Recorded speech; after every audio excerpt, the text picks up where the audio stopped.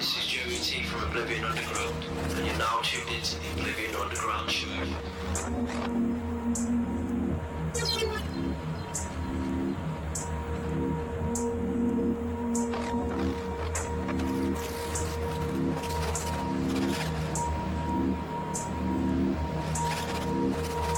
This is Deathmachine. You are tuned into the Oblivion Underground show.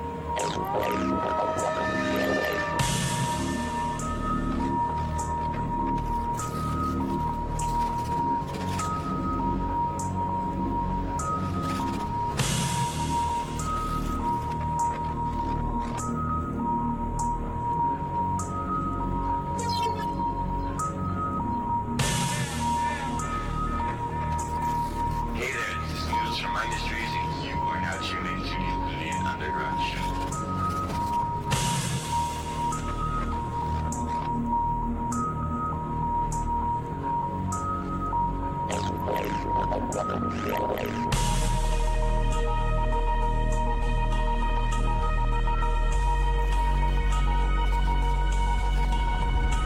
This is Splinter Cell, and you're now tuned in to the sounds of the Oblivion Underground with Joe E.T.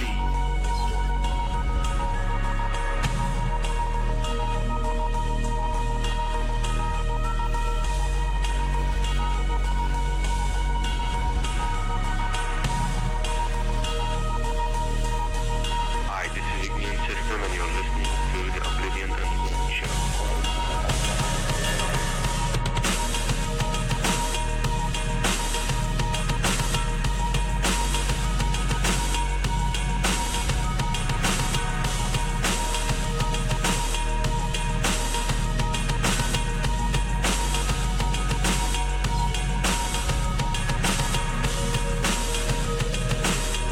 Hey, this is Dolphin. Now tuned in to the Oblivion Underground show.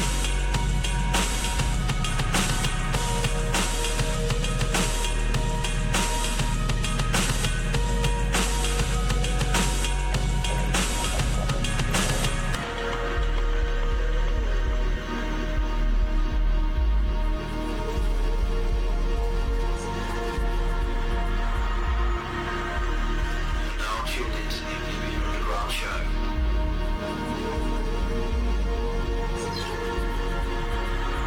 Getting strange.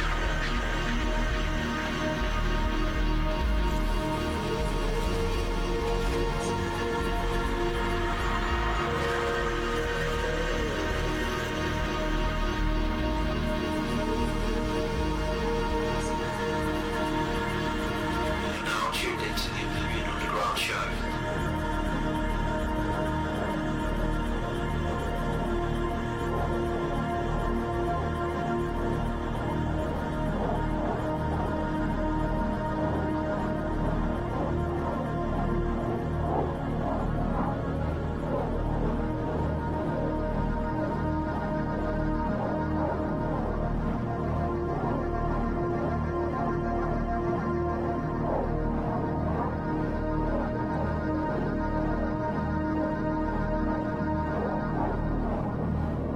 I like hardcore.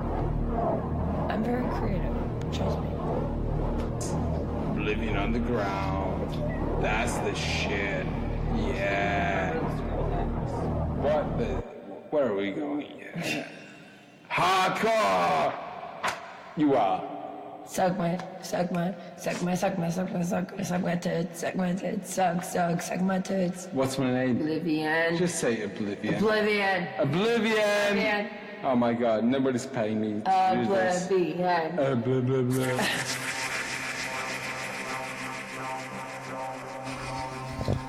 Hi guys, welcome to the show. So I'm Joey T, I'm Deathmachine. and tonight on the show we've got an interview with Dolphin, we've got Thrasher on the show, we've got you, Steph, Ask the Machine, Yeah, so I'll be answering a few questions. we've got general scene news, I'm going to be playing a DJ set, you're going to be playing a DJ set, and back to Do them back. together, yeah. Yeah, okay. So first of all we've got some news for you, and then I'm going to play, alright? Cool.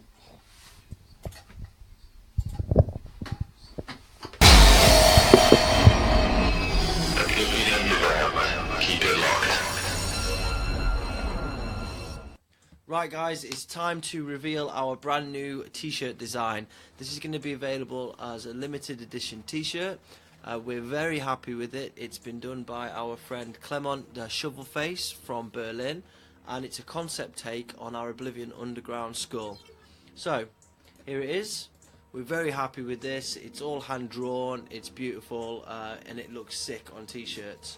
So, I guess you want to know how you can get your hands on one. Well, tonight we are running 2 competitions.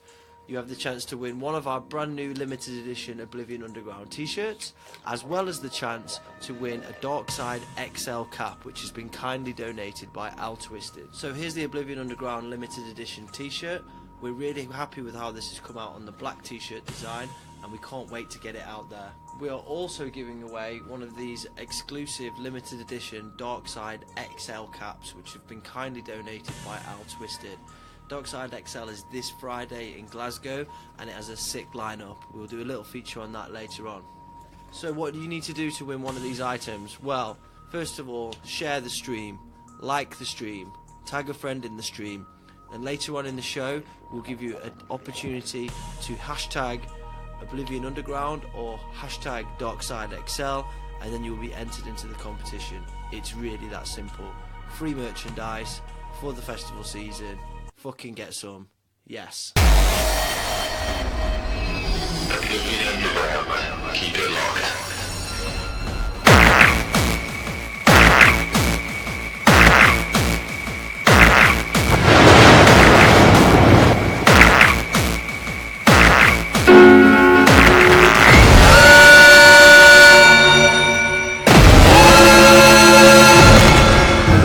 Don't dwell on the past. Look to the future.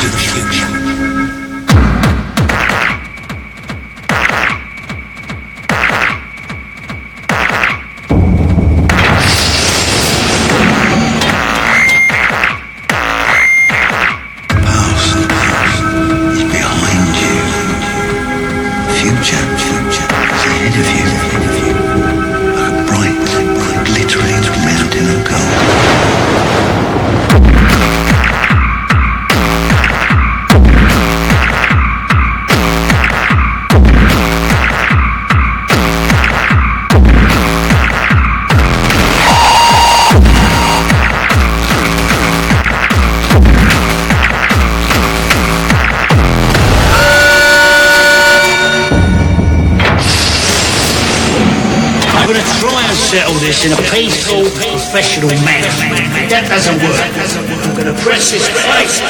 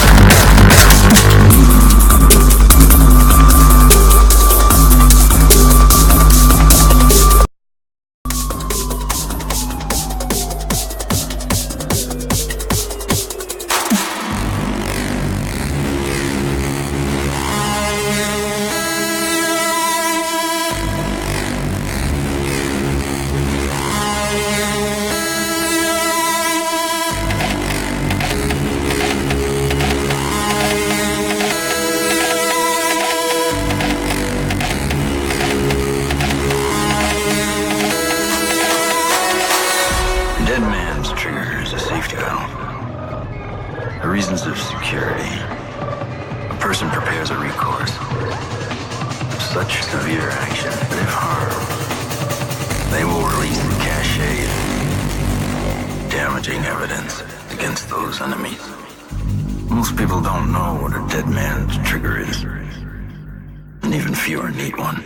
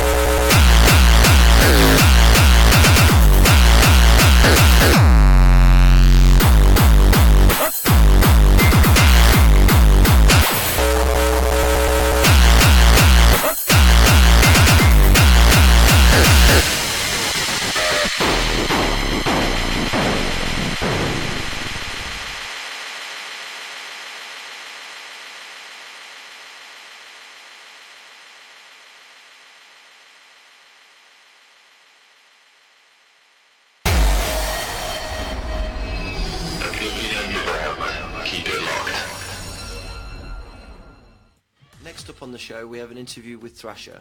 Thrasher is the driving force behind Prospect, as well as a DJ, lead man in The Hard Way, and performing in Prospect Extreme and one half of Thrasmachine. Originally reigning from Essex, UK, and now living in Rotterdam, Netherlands, we introduce Thrasher. Gareth, how you doing? Good? I'm okay, man. You? Yeah, I'm very good. Yeah. Thank you for joining us on the show and taking your time You're out. welcome. First of all, happy 40th birthday for last you. week or 2 weeks ago. It was a good one, yeah. The big 4-0 is always a difficult one to celebrate. Yeah, whatever. 38, man, 38. Still standing. Let's see half of this scene when they're 38. Yeah, well, I've seen Greg and he looks better than you, dude. Yeah. Okay. But Greg has a well-paid job that he can afford all the plastic surgery. Okay? yeah, for sure. I mean, all the Botox, all that shit. I mean, yeah, you know. I got a kid to support and stuff, right? Oh, that's it. Blame it on Max. Yeah, sure. All right, so let's get into it. One of the first things that strikes me, and something that I wanted to ask you about, was that you're originally from the UK, and not a lot of people know that. Now you live in Rotterdam. When did you move there, and what was the reason for that? Well, actually, like, I was really young.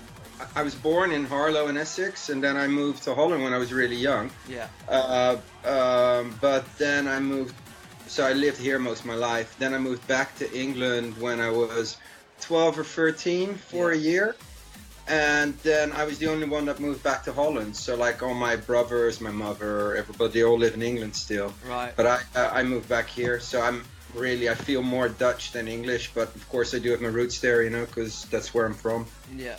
A lot of people just think you're Dutch, but you speak very, very good English. But you actually have a dual language. Yeah, but it's logical, you know. Like as I said, you know, my roots are all there. The only family I really have in Holland is my dad and my granddad. And for the rest, everybody's in England. So yeah. All right. So getting on to like Thrasher-based stuff, and talking a little bit more about your history. Who were you before Thrasher and Prospect? Because obviously there's a little bit of background there. I mean, you were in some bands and things like that. But tell us a little bit about where you came from and then how it evolved into where you are now. Yeah, you know, the weird thing is that what I'm doing now is totally was not my plan, I can tell you. Right. If you would have told me when I was like 18 or 19 or 20 even still that I'd be doing this now, I'd be laughing at you, because it was like totally, I come from a whole different background. I grew up in the punk and hardcore scene. And like I started my first band when I was like 14, and that was like my everything, you know. That was the way I channeled all my shit when I was young, growing up. And I played in a lot of bands, toured a lot of countries, like all of Europe, the States, stuff like that. Made a lot of different like records. It was all underground stuff. That's really my roots, and still my main passion really is more in the rock and roll. But when I was 22, I was a promoter for one of the most important clubs in Rotterdam called Nighttown back in the days. From my 18th, I started there as stage manager, then as a booker, so I booked concerts, and that also became dance nights. And I kind of I remember I used to like electronic music, but there's only the hard stuff. So I liked, for instance, gabber, and I liked drum and bass, but those, but especially gabber back then was a lot of right-wing fuck-ups in Holland. I was like this punk rock skateboard kid, so I got terrorized by the gabbers in my neighborhood when I just moved back to Holland. I'm not joking, like they scared the shit out of me, you know. I got beaten up once by 3 guys in like Thunderdome shirts. Can you imagine the joke of me playing these parties now? You know? And then you had drum and bass, which I also liked. I mean, I remember the first time I heard Timeless by Goldie, I was blown away, you know. But drum and bass had a friendlier thing for me than the gabber at that moment, you know. And so as a promoter of the club, you know, I was organizing these things, and then kind of just like we should also let's start a drum and bass night that's a bit harder, you know. And but I had no clue what I was doing because it's totally not my scene. But then I thought, you know, what I learned in punk rock anyway is that whole DIY thing. If you want to do something, might as well just fucking go for it. Yeah. So that's how kind of Prospect started.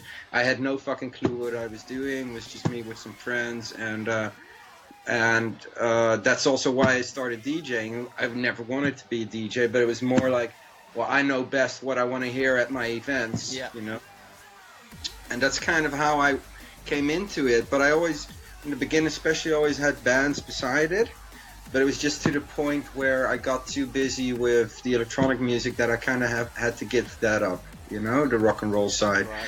Plus, also, it's very hard to pay your bills in a rock and roll band, you know? Right, okay. It's easier to get by if you're a bit successful in electronic music than the struggle's much harder when you're in a band, really. You have to share it with, like, people. You got way more costs, you know? Yeah. When you were in a band, I mean, one of your bands was Viper Cobra, and you said that you had some other ones as well. What was your role in the band? What did you do in the... I was mainly always frontman, always guitar, vocals. That's what I've always done. There's like been a few bands where, like for instance, like Viper Cobra, that band you're talking about. Me and a good friend of mine, we both played guitar and sang. But like most of the bands I played in, I was always the frontman. That's what I don't know anything else. You know, that's the whole thing. Since I'm 14, it feels like I've been on the stage every weekend. Yeah. Me, that's like so I don't even know another life anymore. Yeah. It's pretty weird. So I guess that band element, you kind of brought that forward into the hard way that you do now, and so that's kind of, I guess, quenched your thirst for being on stage with a guitar and in a band. Is that fair to say? Yeah, but I'm gonna spill the beans now. The hard way is no more. Oh shit. Yeah. Okay. Yeah, Exclusive. it's nothing. Yeah. It's nothing we've put out officially, but yeah, as you're asking questions about it, and I've had this a few times now, might as well just put it out there. We quit. So. Oh shit.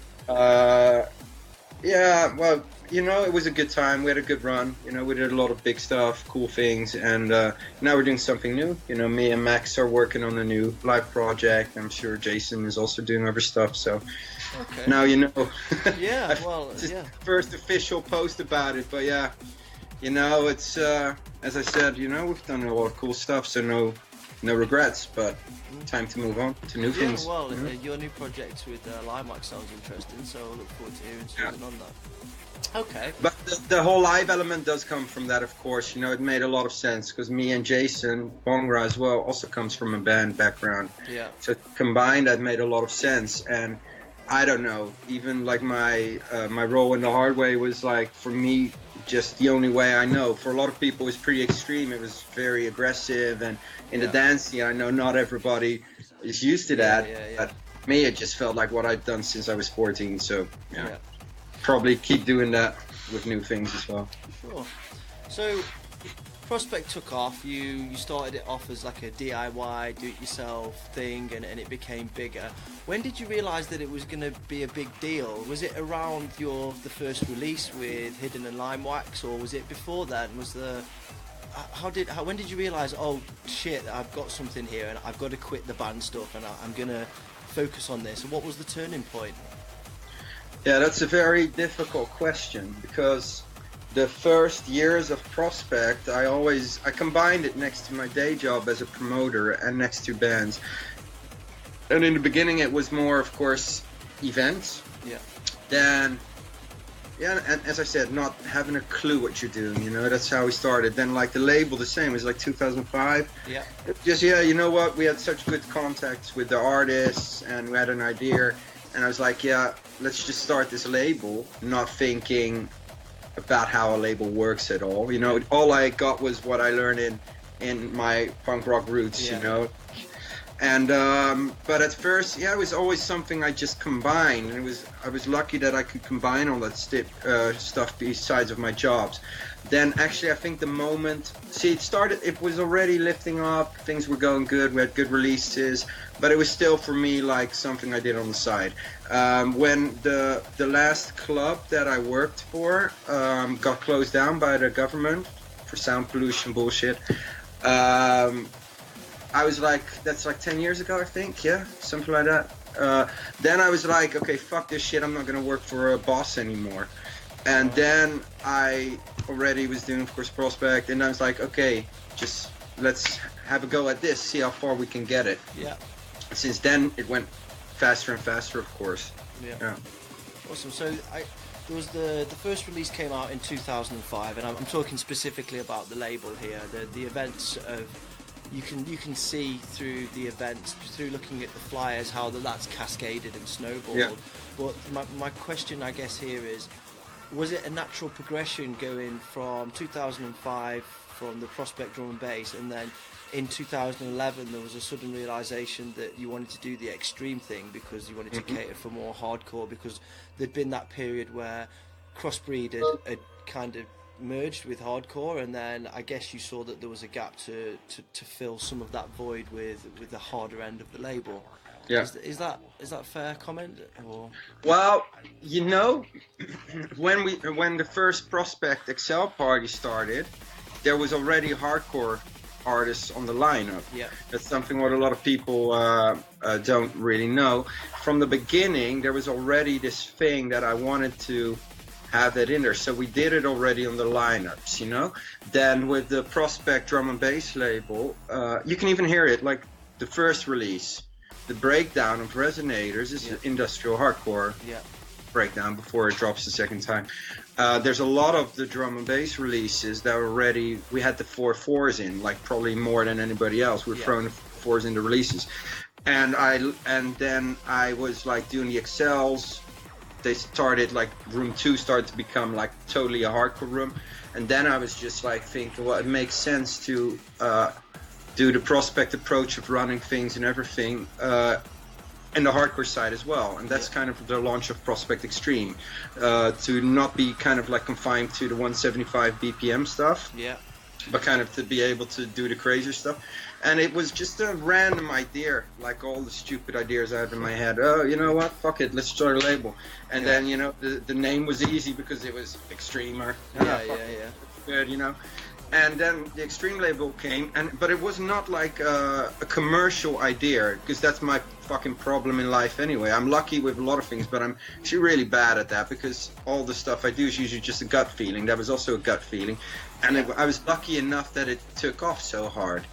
And I think people were screaming for it at that moment anyway, you know. I think it was a case of right place, right time, and the opening in the market that kind of just came and you were there. The right artists, you know. I mean,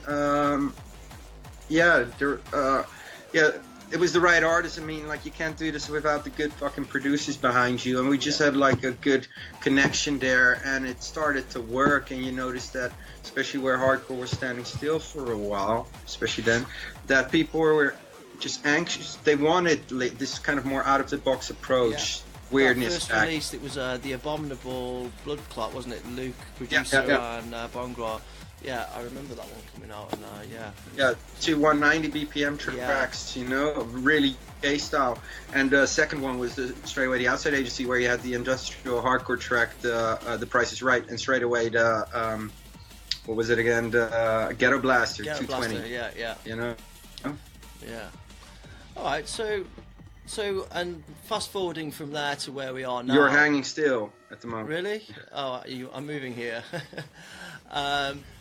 So fast forwarding to where we are now. What's your current take on the hardcore scene as it stands? And I don't necessarily just mean within the Prospect universe. I mean the general hardcore scene. How do you think it is now compared to how it was?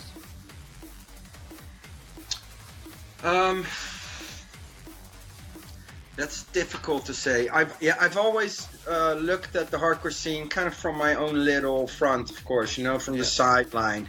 So I've never really felt a massive part of the hardcore scene. Totally not, you know. Like, at the moment, I don't even feel part of the drum and bass scene. It's weird.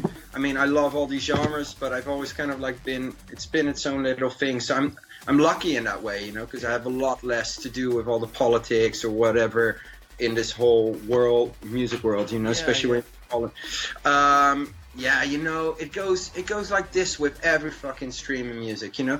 Like, hardcore at the moment, yeah, most of the stuff is not my thing. But then again, in drum and bass, most of the stuff is not my thing either, you know?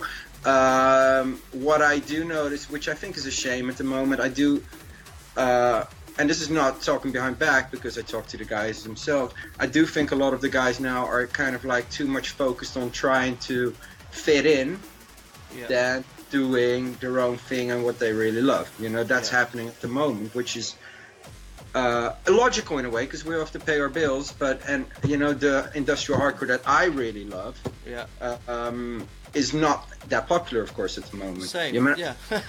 No? Well, yeah, we're in And the same you boat. have like, you have like up-tempo is really popular. And you can hate on up-tempo. I don't fucking hate it. It's not my cup of tea. But that's just what the kids are into now. Well, next year probably a lot of them will look further like I did when I started. You know, you find your first things, then you move on. So let's hope a lot of them go back to the industrial stuff that we love. And it always goes like this. Like, I feel, of course, you know, hardcore, I've never really felt a hardcore artist. I don't really feel a drum bass artist. So for me, I've always felt an outsider in a way anyway.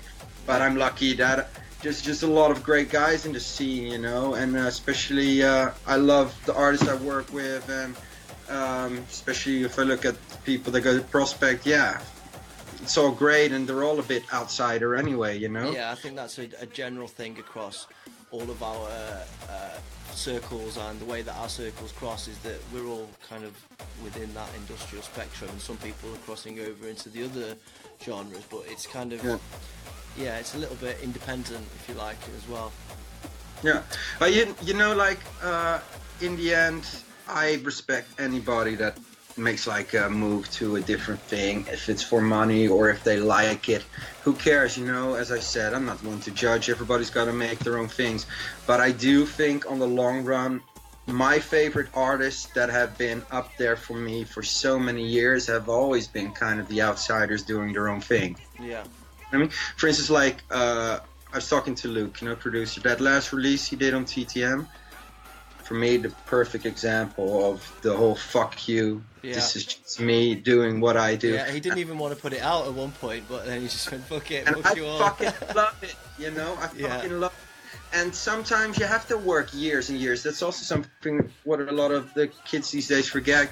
Because I'm old, I can say kids. You know, everybody wants to be there straight away, you know? Because it all goes fast. So they'll just be fucking producing for a while. They'll have the first thing straight away, want it out, signing deals everywhere, and actually being stuck in something, you know? It's hard to really be able to do what you want sometimes takes hard work and a lot of time. Yeah. But what's the problem with that? You grow and learn, you know? Yeah, you got to do it. So talking about your growth and where you're going, and this is more specifically around Thrasher, I heard an interview the other day that you said, and I've also had this conversation with you in person, that you're going to be focusing a lot more on the drum and bass and your roots with Thrasher. Is that still the case? And does that mean that your more hardcore oriented sets are now going to be pushed towards the Thrasmachine and the Prospect Extreme aliases? No. It's not. The thing, I want to move back. What I notice at the moment is, you know, where a few years back, hardcore and drum and bass mixed together was working really well. At the moment, it's tougher again. You know, any Prospect-related event, I can pull it off easy. I can play anything I want. It's fine. But at the hardcore events these days, again, it's difficult. You know, play too many breakbeats, people don't get it. Vice versa, you know. So at the moment, I want to do more kind of drum and bass orientated sets, but that's going to be drum and bass parties more, you know. And at the hardcore parties, I don't know, you know. I wanted to focus more on drum and bass, but the bottom line is really I just want to play what I like.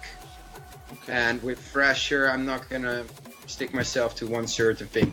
Like with Prospect Extreme Live and Thrasmachine, of course, that's full on hardcore, you know. But Thrasher, it just depends my mood. That's my opinion at the moment. What I'm gonna do. Some days you're just gonna, if you don't like drum and bass, you're gonna be fucked watching me play, or you'll just have to go to the bar, you know. You know, that's my opinion at the moment. Okay. All right. So upcoming stuff, and you've got a release out. We'll close the interview on your forthcoming release with Dub Elements and Counter Strike. But other things that you've got coming up, you've got. I keep mentioning Thrasher because it's a relatively new project for you. So you've got that. Obviously, we've already had the news about the hardware, so I'll not talk about that any further. But yeah, have you got any other news or interesting stuff going on musically at the moment? Well, me and Steph are now going to work on the Thrasher release. Yeah. Actually, I'm going to be in England next week with him to work on that. Then Limeworks and me are working on a new thing. It's a new live, really going to be a live project. So really that mix of punk and electronics, that's a big deal that we're working on. Then, Prospect Extreme is going to be more a thing. In a way, I'll just be honest, it's actually going to be a copycat of what Enzyme X was, but then better.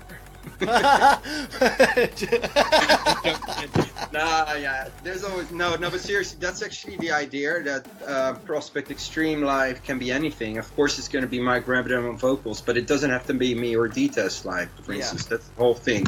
It's the thing is, it's all just Prospect Extreme music, and there's also going to be releases under that name. Like, for instance, I'm working on one thing with two other guys at the moment, and they're just going to be released as Prospect Extreme, so you don't even fucking know who. There was a label called Who Was Behind the Mask that used to do that years and years ago. And a few people released on that. Yeah, so it's a good idea. I didn't copy it from that. But it's totally well, obviously not. Enzyme. Yeah, whatever. Roughneck stole fucking his whole tainted audio idea from Prospect, so I can steal something back. Yeah, mate. This is all theft. It's all you just recycle ideas. Let's just go with it. Yeah, I'm just kidding. Yeah. Okay, so you're famous for being one of the most openly bisexual men in this scene. And this has been an inspiration for people of all genders and orientations for some time now. Yeah. How did it feel to first get this out in the open, and do you ever get accused of being just too greedy?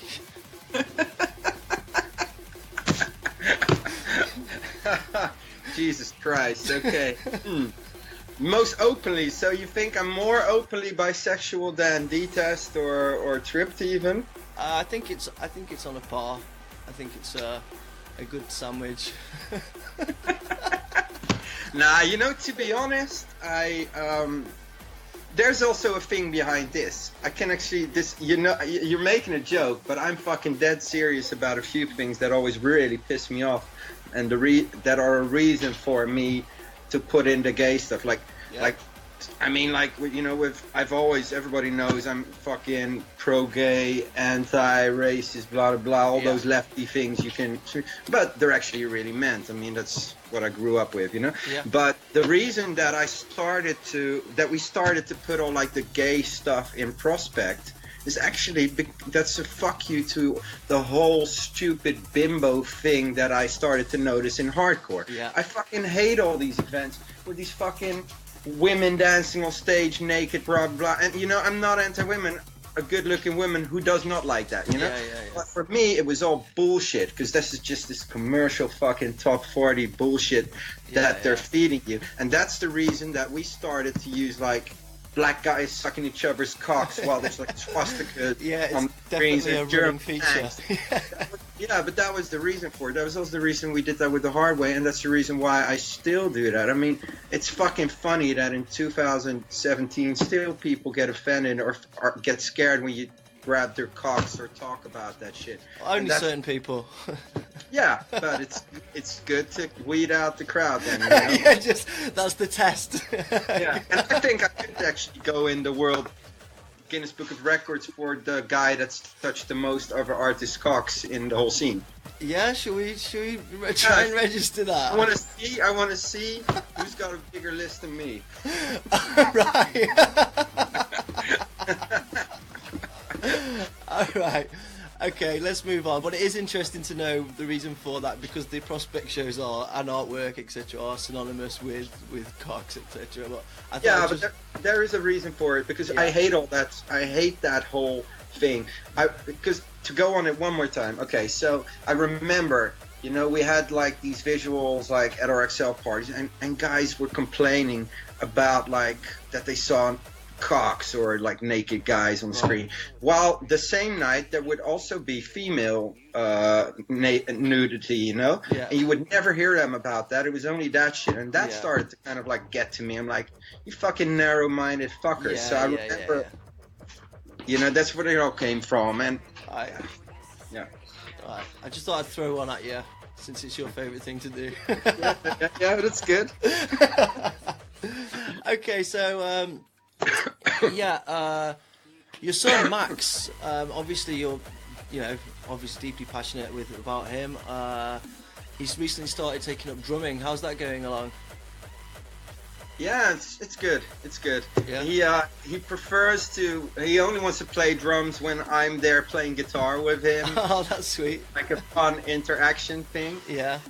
Yeah, you know, the boy's got rhythm, and as long as he likes to do it, go for it, you know. Yeah. So I mean, he's practicing and we jam together, but he's a creative kid anyway, you know. Like at the moment, he's more focused on, he makes like all these like stop motion videos and like really stuff that I don't even understand. Yeah. You know, and it's always been him. He's like not an athlete, you know. Yeah. You shouldn't put him on a football field, you know. But if he wanted to be a ballet dancer, I'd support him 100% too, you know. Yeah, for sure. But of course, I like it that he plays drums, and I'm super happy. It's cool as fuck, man. Really, I wish my son, if I had one, would do that. Something I always wanted to do. I'm super happy he does not want to become a DJ, and I don't have to explain you guys why. So yeah, well, I can see why. Yeah, true, very true. Yeah. Okay, so upcoming gigs or opportunities to plug things. Obviously, you need to tell us about Prospect XL, like we don't already know. But yeah, feel free to give us any plugs or anything you got coming up.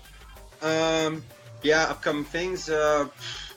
Shitload of releases. That's definitely, because that's also one thing.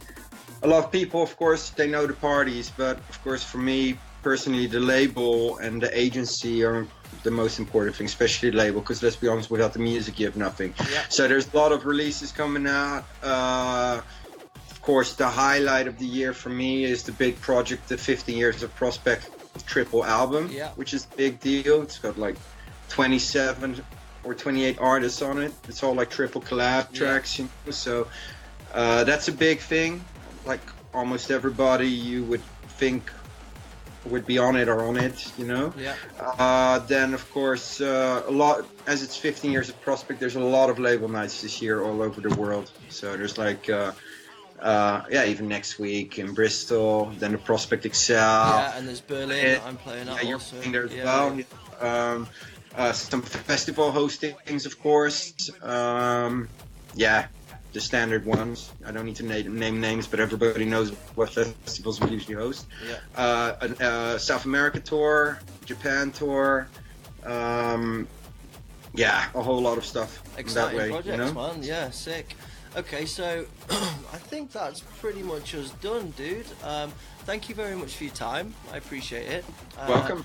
And we're going to close on your forthcoming collab with Counter-Strike and Dub Elements called Renegades, which is from the Prospect XL 15 release. Yeah. And it's the most commercial thing that Counter-Strike and me have ever been involved with. Right. So let's make... I'm joking, but it is pretty... It's 100% drum and bass. So at least... You know, people listening to this now will think we're sellouts. Yes, we are. I'm sure the rest of the release will make up for it. Yeah, it will, for sure. All right, thank you very, very much, man. Take care, Gareth. Peace out, man. Thanks, Respect. You're welcome. Oblivion Underground exclusive.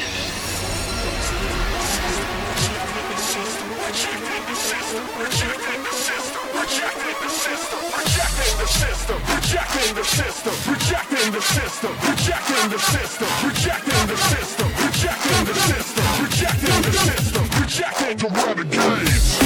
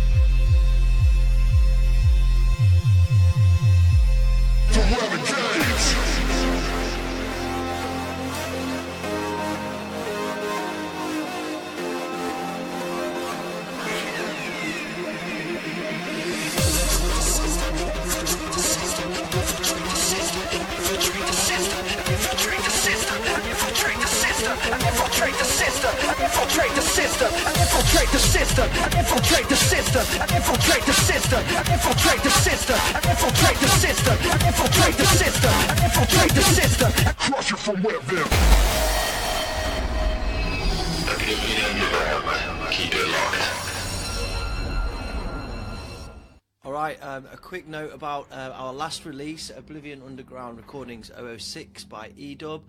4 ferocious tracks on there. If you didn't check it out, you should. We'll play a quick preview of it hereafter. You can get it from all online retail stores, pretty much. Our Bandcamp, Juno Download, Beatport, Hard Tunes, it's everywhere, guys. Go and grab it. Check it out.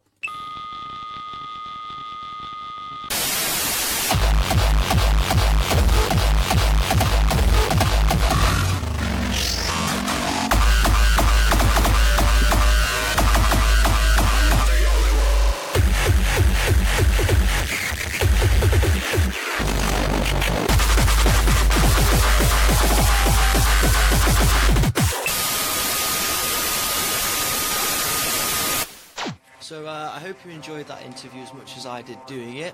Certainly some good points raised and a bit of an insight into Gareth. Also Oblivion 006, if you didn't grab it, go and get it, you know what to do.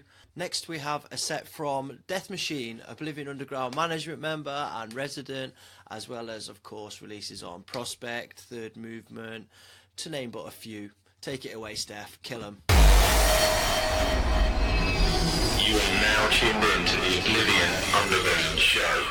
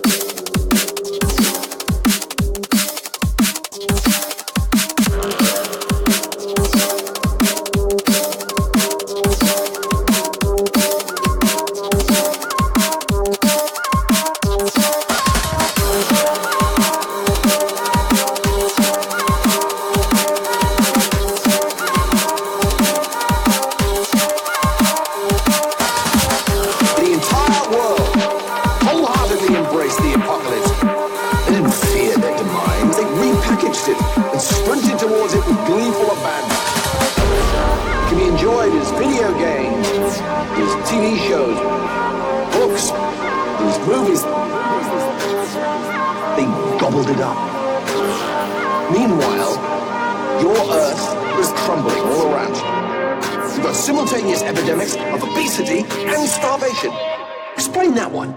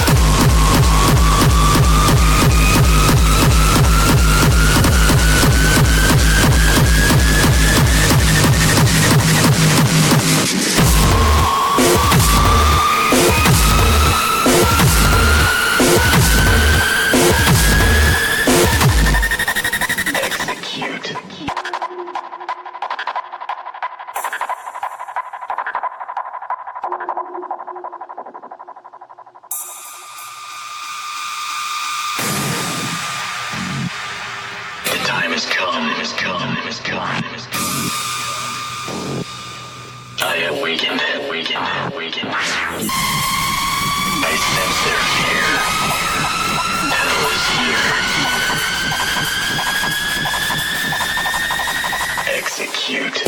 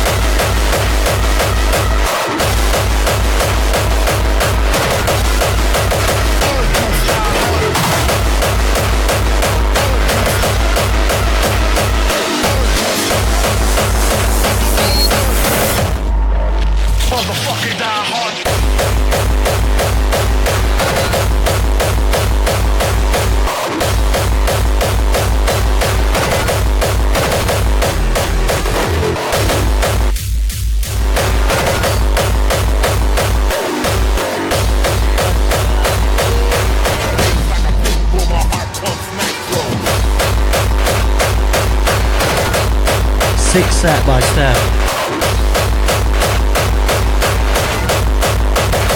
Thanks to everyone in the chat.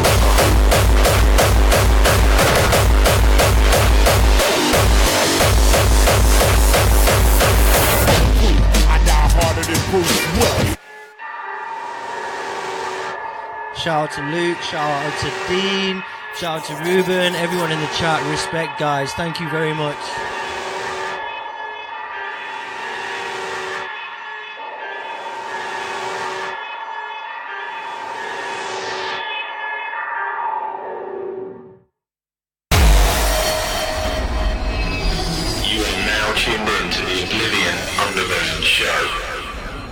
So next up on the show, guys, we've got Dolphin, the legend from the UK, originally from Wales, UK.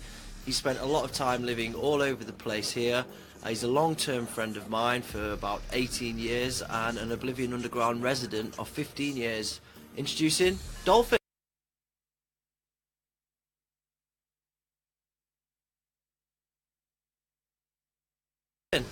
Hi Greg, how you doing? Hey Joe, all good man. So, how are you? Yeah, I'm good, thank you. Good.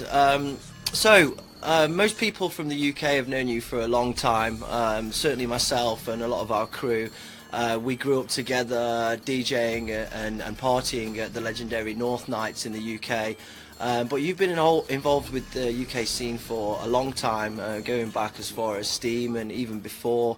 You worked in one of the pioneering record shops for hardcore in the UK back in the day. Tell me more about how you got involved in hardcore and the journey and where you come from. Sure. So I suppose it came from listening to electronic music when I was a kid. I used to have like quite a wide range of listening tastes when I was a kid, and got like early electro and hip hop and Kraftwerk and all that sort of stuff, and really kind of resonated with electronic music. And that, as it evolved and turned into sort of acid house and the very early techno in the kind of mid 80s or something, and that's just something I grew up with. My friends, like I was a skater and my friends were like b-boys and into graffiti and stuff like that, and there's lots of kind of electro and hip hop and the electronic music scene just turned into eventually acid house, and then jungle started coming through, break beats, people were sampling beats more, and that turned into the kind of very early kind of hardcore jungle techno, early 90s stuff. And I grew up with that. It was kind of the music that I always loved and stuff, and that's the kind of music I wanted to always make. And then after I left school, me and a friend opened a record shop. So we got some help from Princess Trust, which is like a company, a kind of charity that helps young people start businesses. Yeah. And we got a business set up. We got a record shop and did that for a few years. And then we started club nights and the DJing took off. So that's kind of how it went. What was the shop called? Third Planet. That was it, Third Planet, yeah. Back in the day ago. Yeah. And you started up, what were the nights called that you were doing in Rill? There was Steam, obviously. That was Steam. Yeah. And that was it with 3 Dom? Yeah, there's Yeah, there was a few that did it, Tox and Dare and all the kind of young guys back in the day, MC Easy, shout out to. So yeah, it was kind of like, that was really just crazy days, you know. You could play whatever you wanted. It was just, you know, as long as it was hard as fuck, you could play anything. Yeah, there was a few of us that did that thing. Well, not as early as that, but a few of the UK nights kind of broke the boundaries of different genres, and before the genres were all compartmentalised like they are now, a lot of it was free for all. I remember when we did some of the first Oblivion nights, we were playing noise and speedcore, and there was chainsaw and everything, and that was one of the fundamental things about how we came up together. I think was quite an eclectic thing. So when did you start? There's obviously there was the DJing that went from Steam to North and progressed from there. And when did you actually start producing? You did some stuff with Tox on early. Was it Social Parasite? So but there was before that as well, wasn't there? Yeah, so I think my first release was about 94, somewhere around there. That was on HMS's label, Screwface. Yeah. But I've been writing electronic music since I was like 14 or something. Since, you know, I got my first electronic keyboard, hooked it up to an Atari and MIDI and stuff, and doing deals in school to make some money to, you know, kind of to buy a drum machine and that sort of stuff. Yeah, we've all done deals at school to get money. You know what I mean? Yeah, for sure. So that was, I don't know, 86, somewhere around there. I started writing electronic music, and so nearly 30 years, man. It's a long time. Yeah, that is long. What music software were you using back then? Cubase. Oh, you've always used Cubase then? Always used Cubase. Still on version 1. Yeah, I think it was called Cubase 24, and it was like black and white. There wasn't even any colour, man. Oh right, so you did the early releases, and then there was a period of you were quite quiet for a short while. I remember you did like some of the original North stuff, and then you did some stuff with Mike Technoist, quite a lot of stuff, and some of the bits never came out, but they've come into light more recently. And then I think there was like a turning point. It was a few years ago, and it was around the Comcom's era kicking off, your label, and the most notable releases was the Army of Zombies release that came out, and then Raiders Cap came out on Prospect, and that completely blew up. It was nice from a friend and colleague's point of view to see that you were getting this recognition that you deserved on a more international scale. You'd always been this legend to us in the UK, but then you were getting the recognition that you deserved internationally. What was it that changed about your approach to making music? Because there was a significant shift in the dynamic of your music and the style of your music. It still had the elements, the musical elements, and the glitch kind of stuff to it, but there was just something different to it. What did you change? What happened? Yeah, I think I mean, honestly, I'm not 100% sure. I think part of it was spending a bit of time with Fury, with Brian, Brian Fury and stuff, and he kind of instilled into me the idea that, you know, it's hardcore. You can throw the rules out the window. Yeah. You know, the idea of being like a really clean producer where you have to make everything sound perfect and stuff. You don't.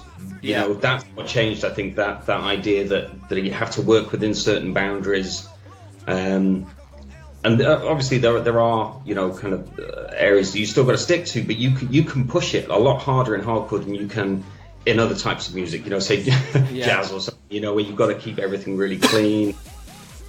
But hardcore is about pushing. You can you know, drive the levels. You can push hard into the red. You can distort, and it gave me a much fuller sound, gave me a bit more openness to experiment and stuff, and not be, you know, not afraid of producing, but kind of just being willing to push it a lot more, push it a lot harder, and I think I just found my kind of niche in there, you know, found my groove. Yeah, a lot of people say that, and a lot of people. An example, Switch Technique, Dom, a good friend of ours, he created the non-existent alias and did the release on Oblivion. he was, you know, that was one of the things that he said. I want to make hardcore because you can just throw things out the window and then just go. You know, it's more of a challenge as well as being more acceptable to do what you want. Fred Exaggerate, another good example of that. So yeah, I agree with you on that. It's It doesn't mean you can, you know, just write everything really dirty and just not care about anything, but you can push your limits a lot more, and you know, and when you work out how to balance that with getting a fairly clean and warm sound and kind of, you know, but getting the loudness and getting and keeping the power, that's part of the trick to it for sure. Yeah, controlled chaos. Yeah, definitely. Yeah. Okay, so your particular style of hardcore, it's very musical. A lot of it is musical. Some of it is straight for bangers, but quite a lot of it is intricate melodies, etc. Yeah. And having known you, I know that this comes from your eclectic taste in music. What would you say that your main inspirations come from? What do you listen to on a day-to-day basis that influences the way that you make hardcore and the sound that you build? Man, I listen to everything, man. It's soul, jazz, you know, kind of like electronic stuff, classical. You know, there's so much good stuff, and I kind of learned very early on. I was very lucky to kind of realize very early on that there is really good music out there in every genre. You know, whatever you're listening to. I think it's easy to kind of get lost in this world, like this is my thing and everything else sucks. Yeah. But there is, you know, you can find good in everything. There are great musicians that are making all sorts of crazy music, and it's just trying to find them. It's, you know, and it's about taking all these elements that inspire you, that kind of make you, you know, think about everything. You know, how it changes your creative process. You know, whether it's a movie, whether it's art, whether it's music, or whether, you know, it's street art. When you're walking down the street and you can see something that suddenly resonates with you, and you think, you know, I can that means something to me, and you turn it into something that you create. You know, whatever it is that you create. I mean, I make music, but whether it's art or whatever it is that you create, but then that's what it's all about. It's about finding different things that inspire me and using that to make different kinds of music. Okay, so I guess that leads me on to something else that I wanted to ask you with regards to the creative process.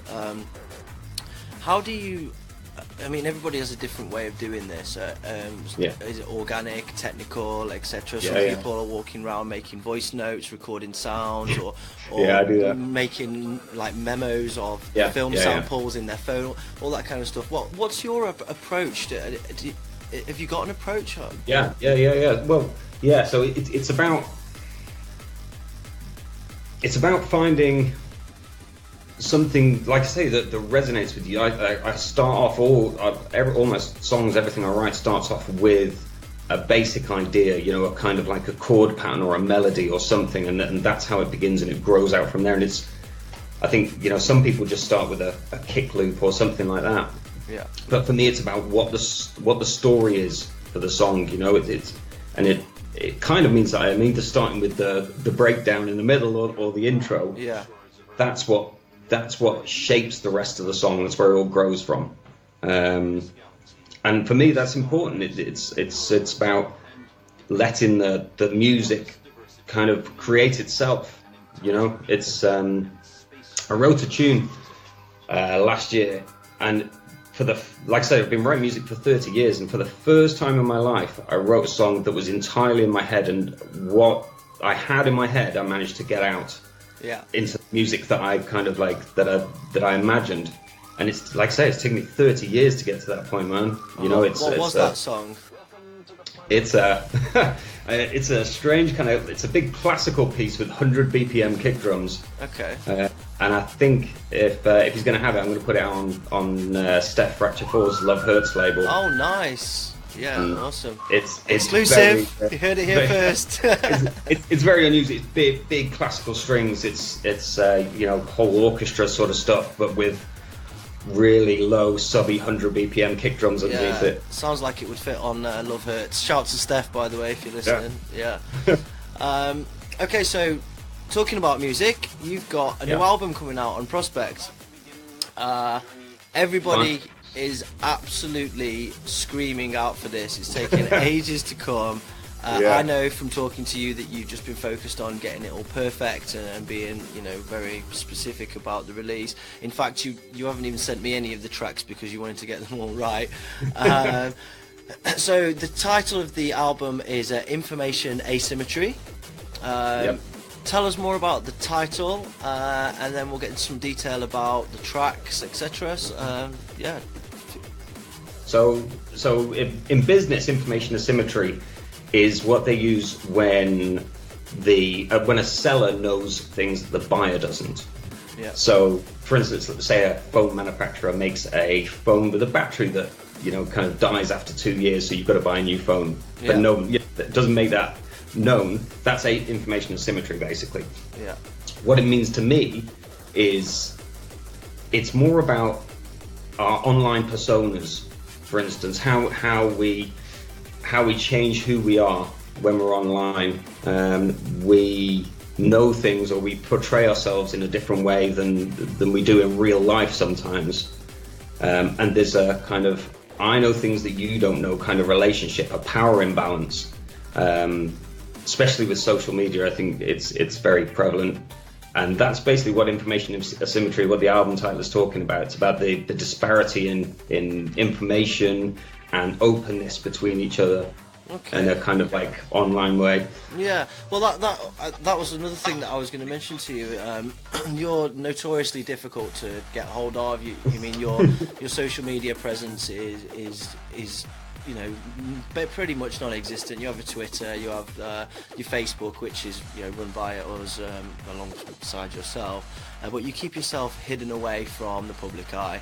This is obviously a conscious decision. It's always been the case, even back as far as the day as us using easy forums and things like that. You were always just lurking or not really there, or you would just pop up and destroy me and then disappear into the ether again. I guess this is linked to the album title. So there's that side of it. Is this also because you've got other things taking up your time, or is it just you don't have time for it? It's a combination of all those things, Joe. Kind of we've all got limited amount of time to do the things that that we want to do, and music and production and all that sort of stuff is very, very passionate to me. I put probably as much hours into music as I do a full-time job every week, and I do a full-time job. Yeah, I know that stuff. Yeah, it's you've got to choose what you spend your time on. You've got to consciously make a decision, and I find myself if I do go on social media, I get sucked into this world of doing nothing for hours. Yeah, and I've not got anything to show for it. Yeah. I think relationships, I just prefer real contact. Do you know what I mean, with people? Real kind of social engagement rather than kind of written or the kind of Facebooky type thing. It's just not for me. It's just personal choice. That's all it is. All right, cool. Right. Anyway, back off that into the album, because we touched on it and everyone's going to be getting itchy. So. Tell us some news, because nobody knows. This is exclusive here, so tell us how many tracks, who's going to be collabing on the album, what genres, all this kind of stuff. Hit us with it, Greg. Sure. So it's 17 tracks. It's a bit of a monster. So there's 15 tracks for the album, and 2 bonus tracks. So there's VIPs of Black Gold and Raiders Cap. Nice. And 15 other tracks is collabs with. I've basically kept it all UK. So it's producer Hellfish, Technoist, Brian Fury, Steph Deathmachine. So all the collabs are with my peers and stuff from the UK. Represent, man. That's what we're about. Yeah.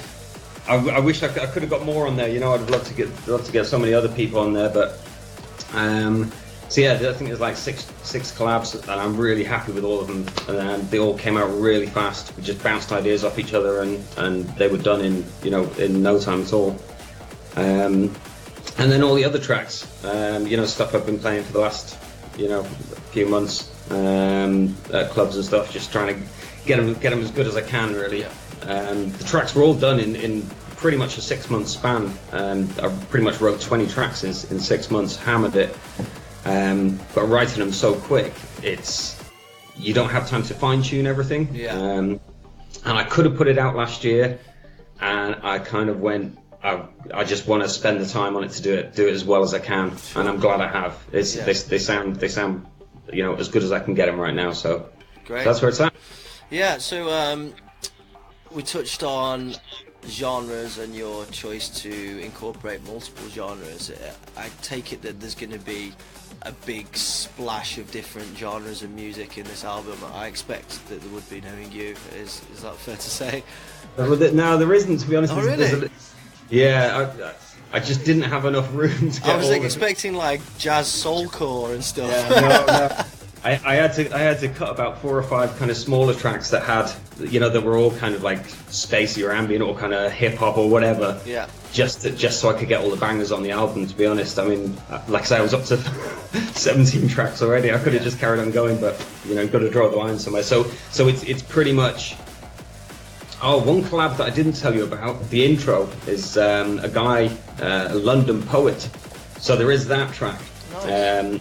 A guy called Anthony Anaxagoro, who's a really, really talented London poet, and he's done a track with me for the intro. It's kind of like a spoken word with strings and stuff. But it's I'm very proud of that. It's really good. Awesome, nice. That sounds really good. Release date? Have you got one yet? Come on, Gareth. Is this on Gareth now? No. So Gareth's probably going to get the masters next week, and then it's got to go to press. Realistically, it's probably going to be just after the summer, or at the end of the summer. Okay. For pressing times, it's going to get all the vinyl pressed. The artwork's got to be finished off yet. So, but yeah, it's looking at end of the summer. Who's working on the artwork?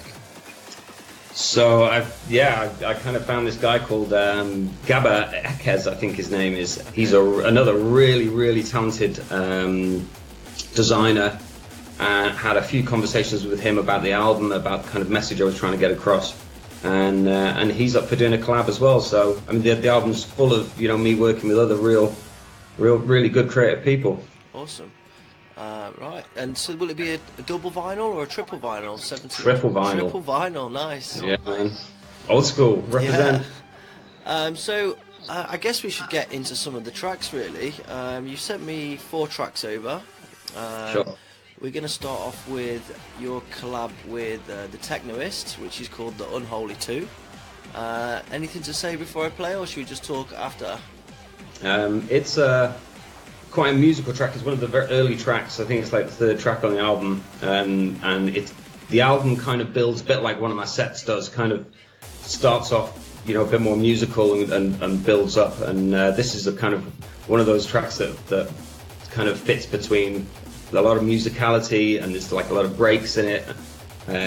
Mike loves his amens and all that sort of stuff, and so there's a lot of switch ups. But there's a real kind of like musical.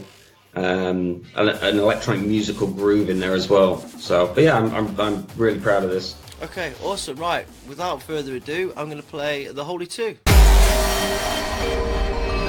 Oblivion Underground exclusive.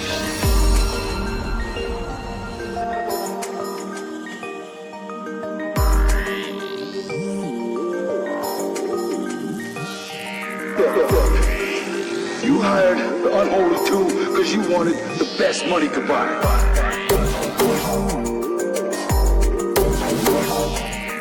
And you got nothing to worry about. We're gonna get the job done.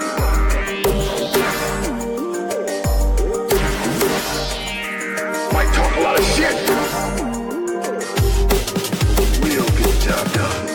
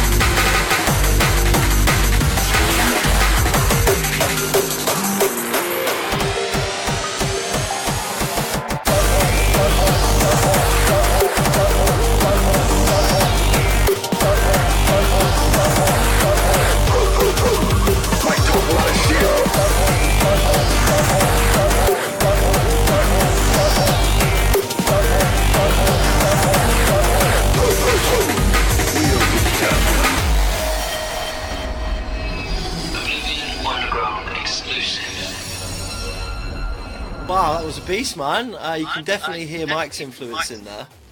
I love it. It rolls. It's beautiful. It's got elegance. It's got power. Tell us more about it. You know. So yeah, I mean, again, like with all these collabs, they just happen really quickly. We've got some ideas down and fleshed them out pretty fast. And you know, working with different people, you know their styles already. You know, we've just been in the scene together for so long. And Mike is one of those guys that I kind of really work well with producing wise. We've got very similar ideas. It's easy to kind of like, you know, to get ideas and understand where each other wants to go with the track. So yeah, it kind of rolled out pretty easy.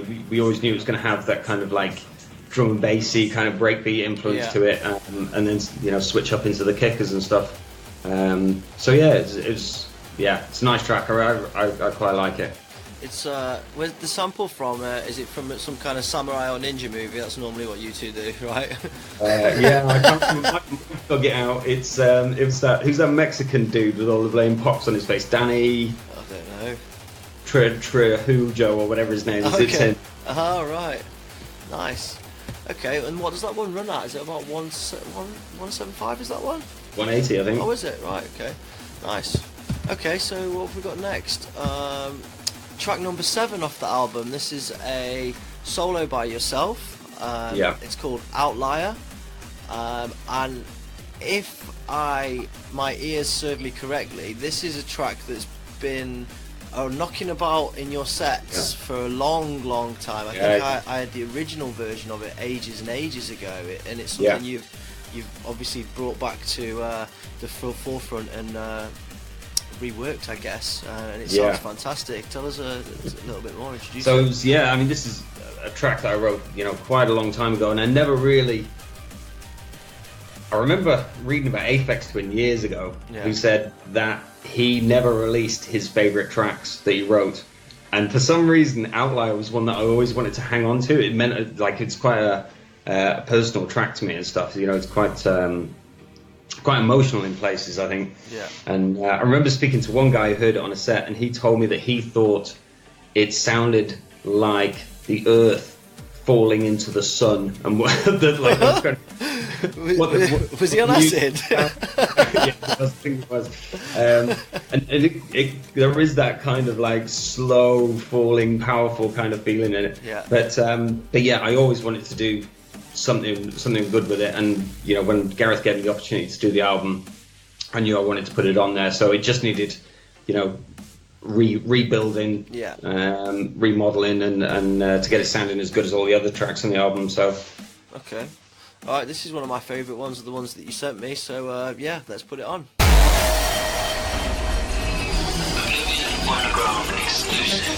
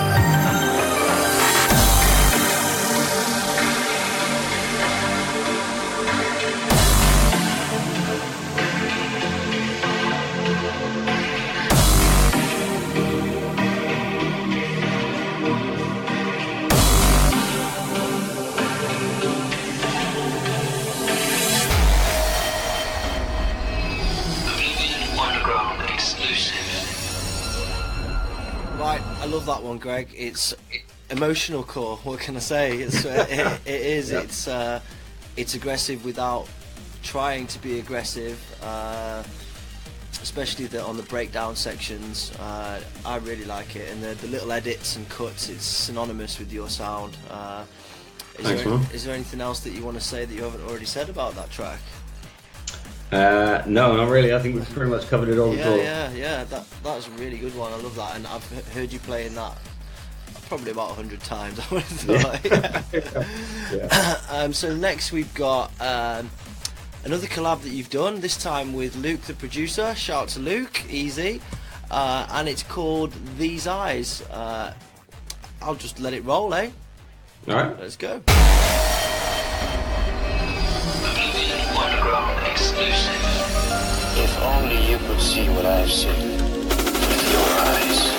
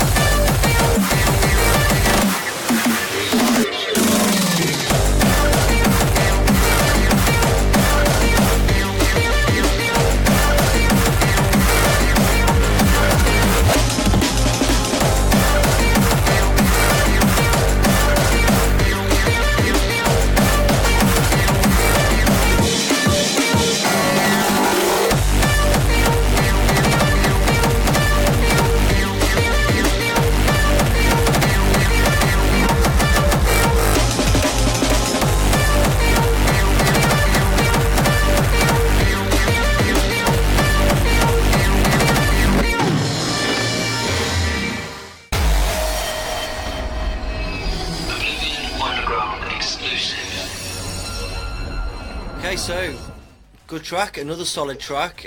You can hear Luke's influence in there alongside yours, the little edits and the little cuts and stuff that he does.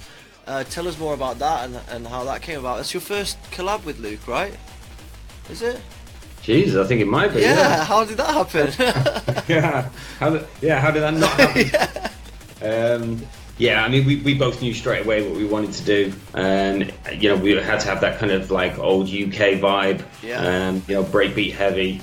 And the thing I love about all the collabs that I've done on the album is that there's definitely like a part of me and a part of the other person in there, and you can hear that. Yeah. And that's what I wanted. I didn't want any of the collabs to be a kind of like generic sounding track. I wanted it to, you could clearly hear both people involved. And it's got great melodies. We're huge Blade Runner fans, the pair of us, so it's got the Blade Runner samples in it. I'm really happy with all the kind of chopped up UK breaks and got the kickers, got the melodies. It's just all the stuff you'd expect. Yeah, going back to what you said before about collabs, sometimes you find that you can tell that people have collabed and they've just done half of the track each or something, and it doesn't sound like that. It sounds like you're all over each other. You know what I mean? It's like fighting against each other to get your bits in there. Yeah. It's really good, that one. There's a track with the track with Fury. Is a really, really good example. A track with Woo. People have heard.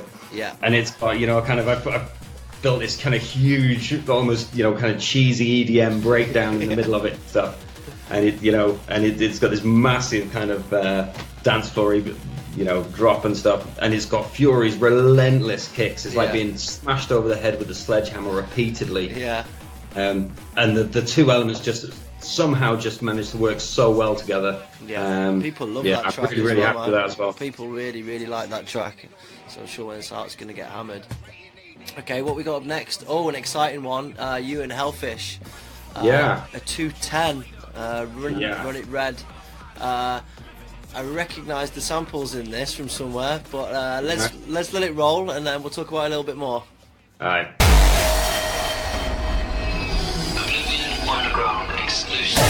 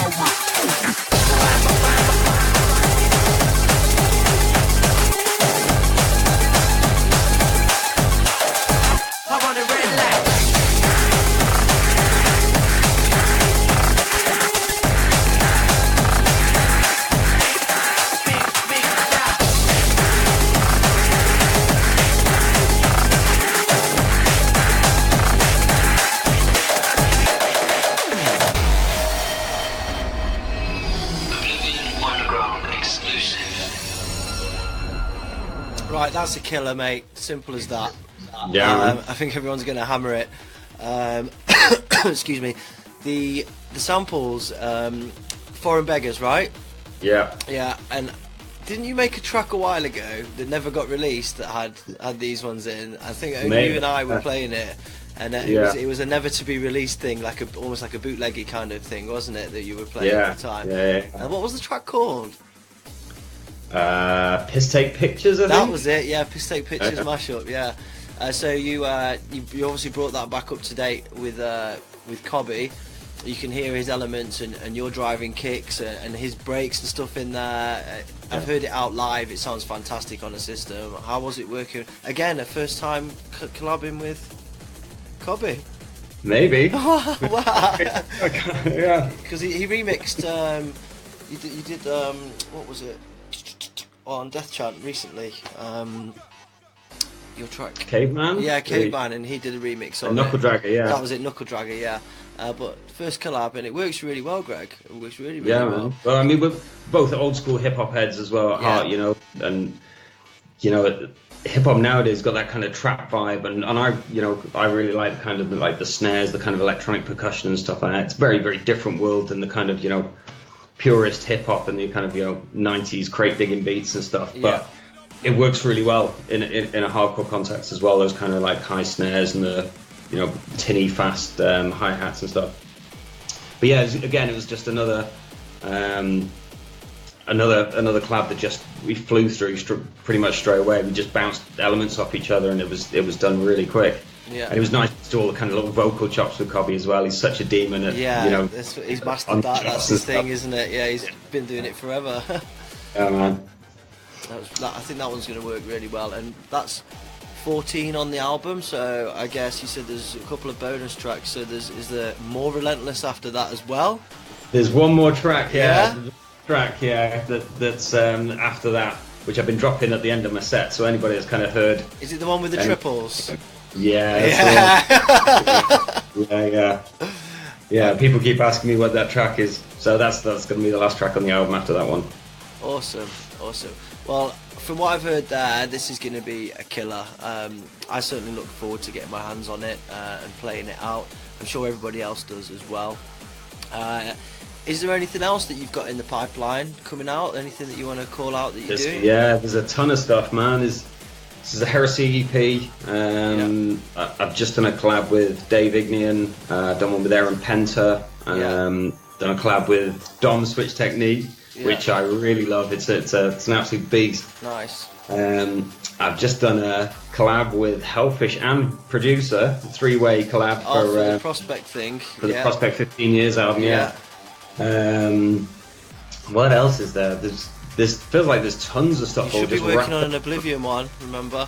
I should be working on an Oblivion one.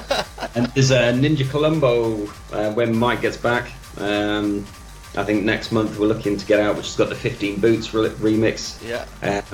And a 10-minute long remix of Lion Girl. 10 minutes? Is this to play and go to the toilet and then come back? Yeah, you could go to the toilet twice, I think.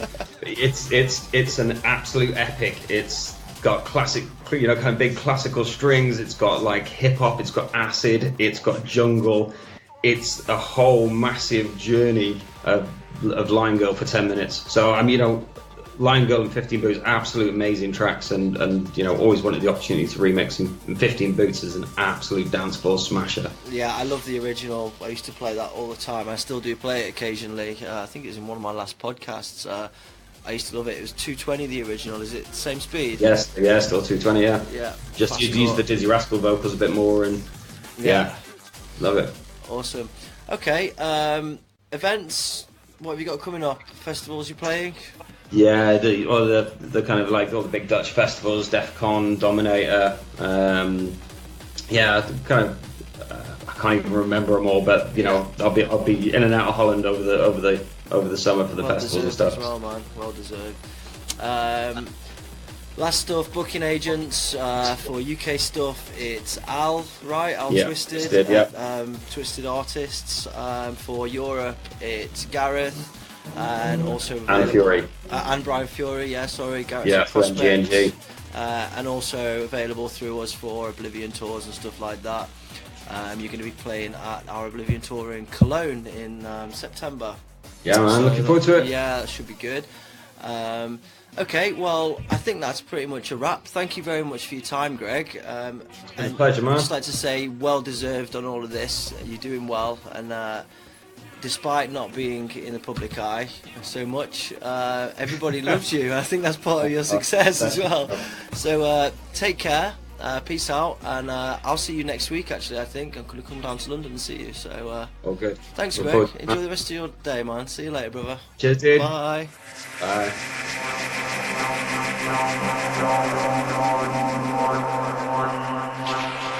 So now is the time, guys. If you want to win the Oblivion Underground t-shirt, it's hashtag Oblivion Underground now and tag a friend to win. That's hashtag Oblivion Underground and tag a friend to win an Oblivion Underground t-shirt. Go, go, go, go, go, go, go!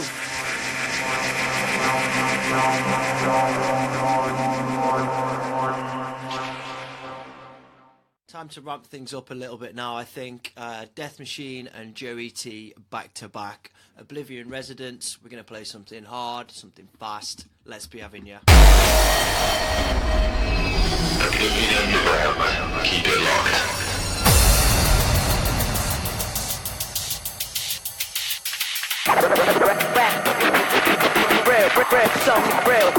Revolution will not be televised. Revolution is here. Yeah.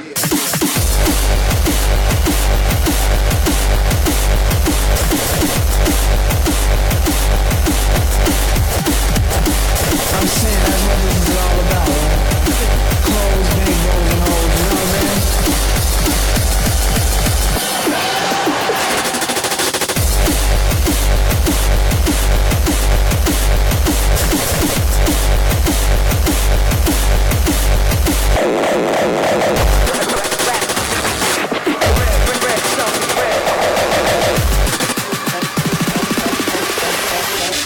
time, bitches.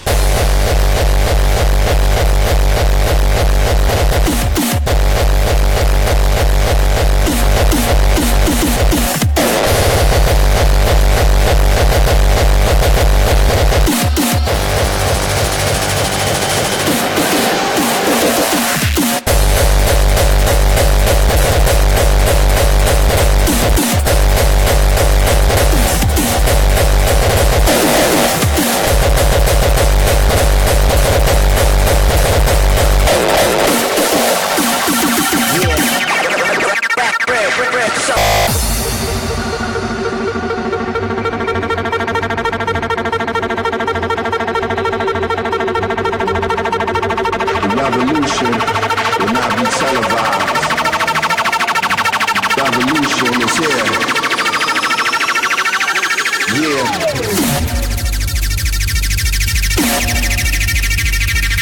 I'm saying that's what this is all about, right? Clothes, big hoes, and hoes, you know what I'm saying?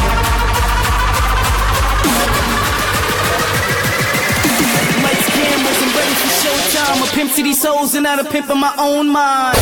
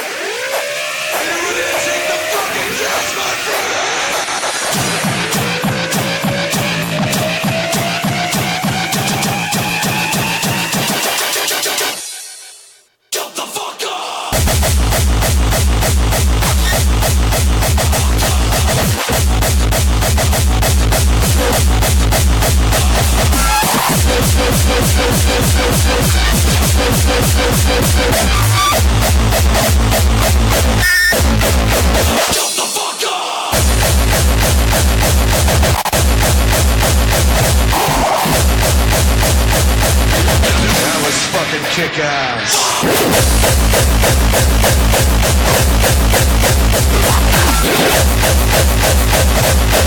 Shut the fuck up!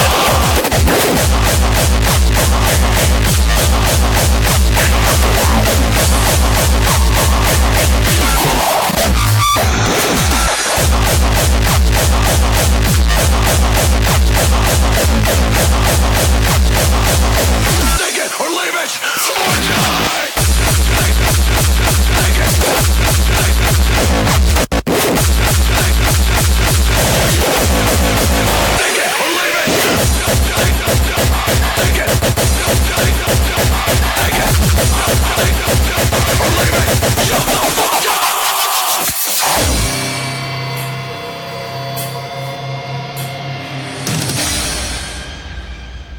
That was fucking kick-ass.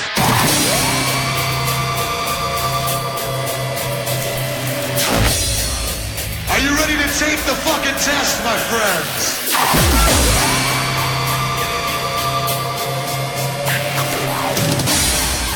Are you ready to take the fucking test, my friends?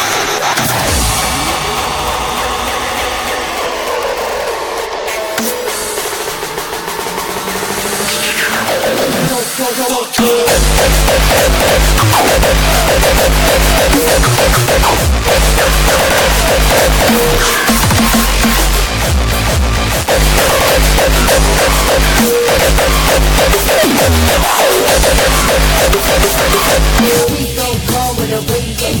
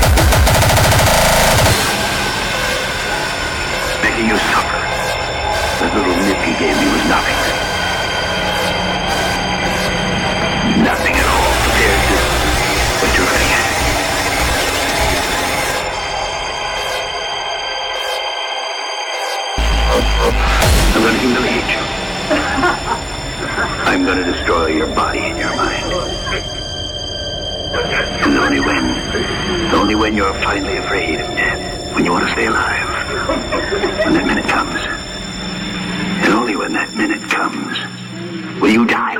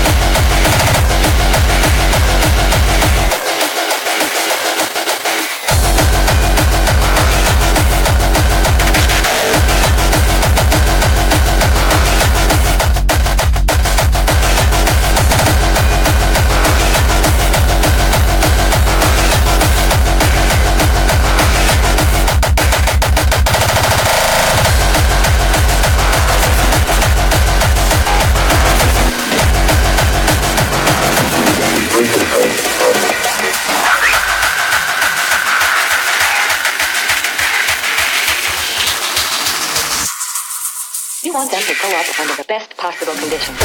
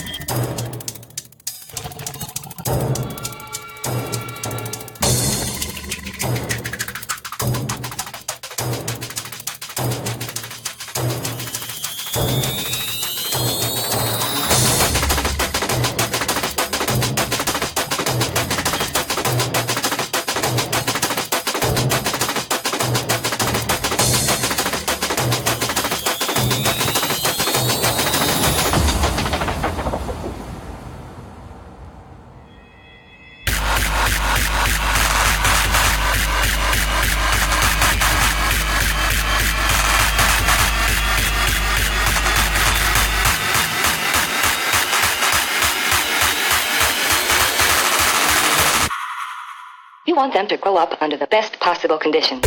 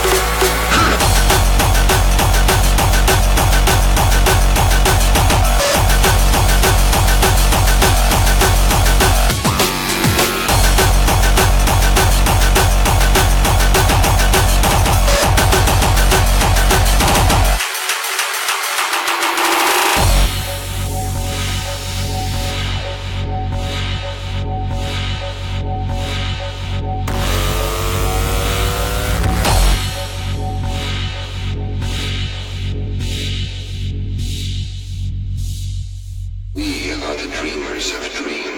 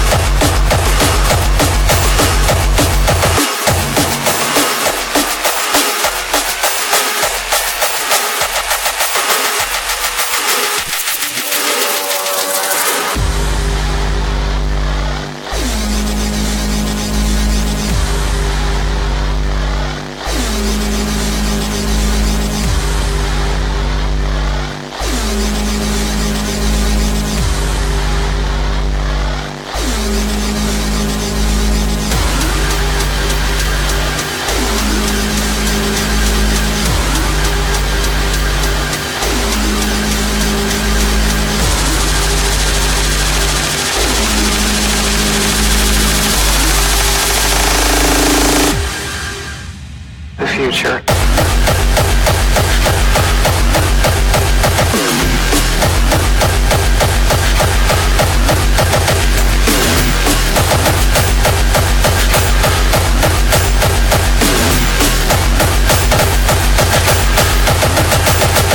I got my radar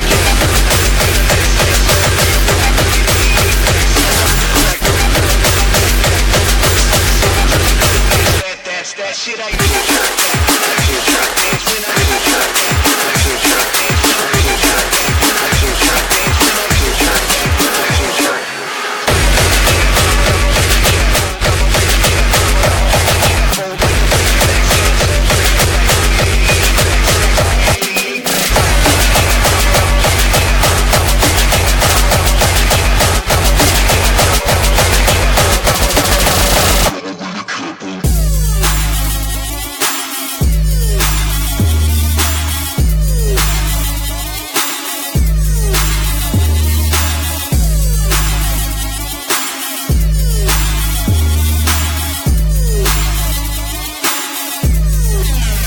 I got my radar cap on. I got my radar cap on. I got my radar cap on. I got my radar cap on. Got my radar cap on. Got my radar cap. Got my radar cap on. Like a radar max, hats all gray and black, bringing 88 back, sacks bringing 88 back. Got my radar cap. Got my radar cap on. Got my radar cap. Got my radar cap on. Like a radar max, hats all gray and black, bringing 88 back, sacks bringing 88 back.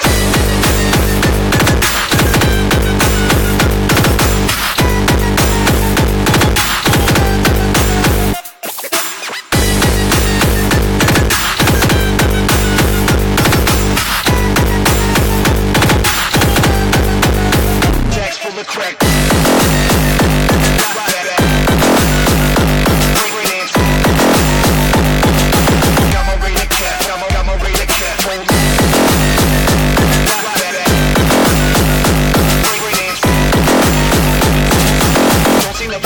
Somebody gonna break dance.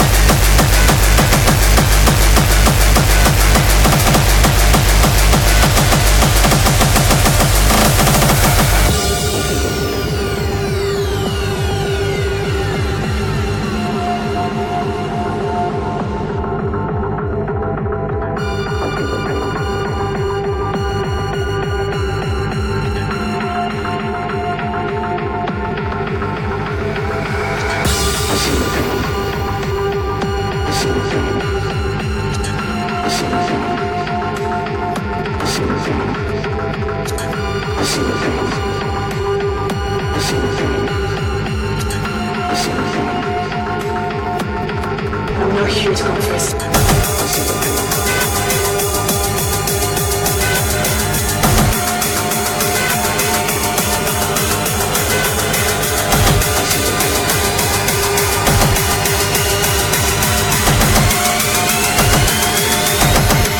I'm not here to confess.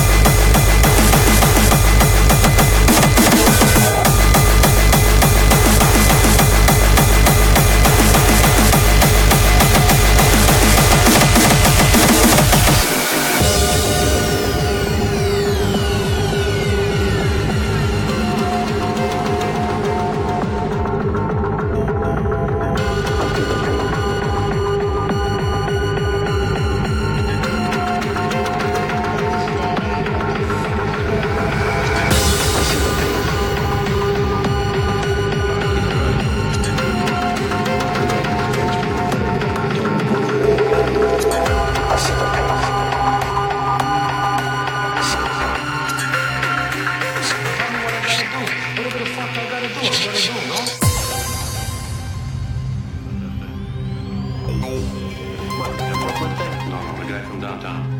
You know the guy I mean? Yeah.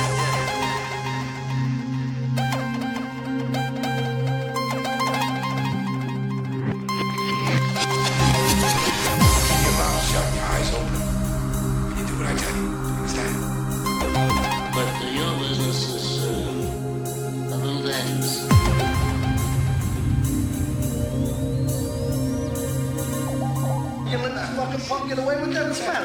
What's the world coming to?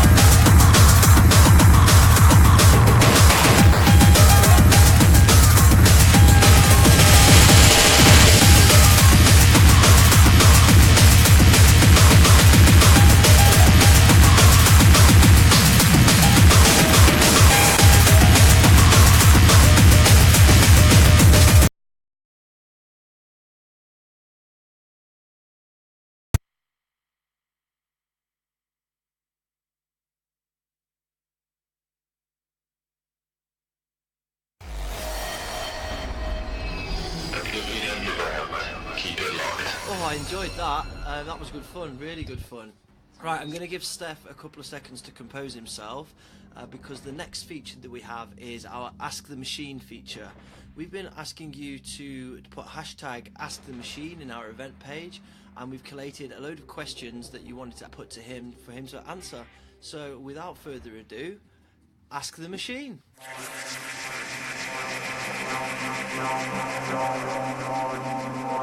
Alright guys, okay, so we've had really good fun tonight. Thanks for joining in the chat, we really appreciate it. The support is fully appreciated. I'm not sure Steph's ready for these questions, but yeah, I'm just looking at some of them. Alright, so we've got 11 questions to go through, so we'll just go through them. Okay, we'll go with first one. Luke Gurdon, Ask the Machine, what was the first hard record that you ever bought? Very good question, because it was quite a long time ago. Yeah. Trying to think, probably. Well, it would have been from Simon Underground, the first record that I bought. So it would have been something maybe like an early Epitaph or something. Yeah.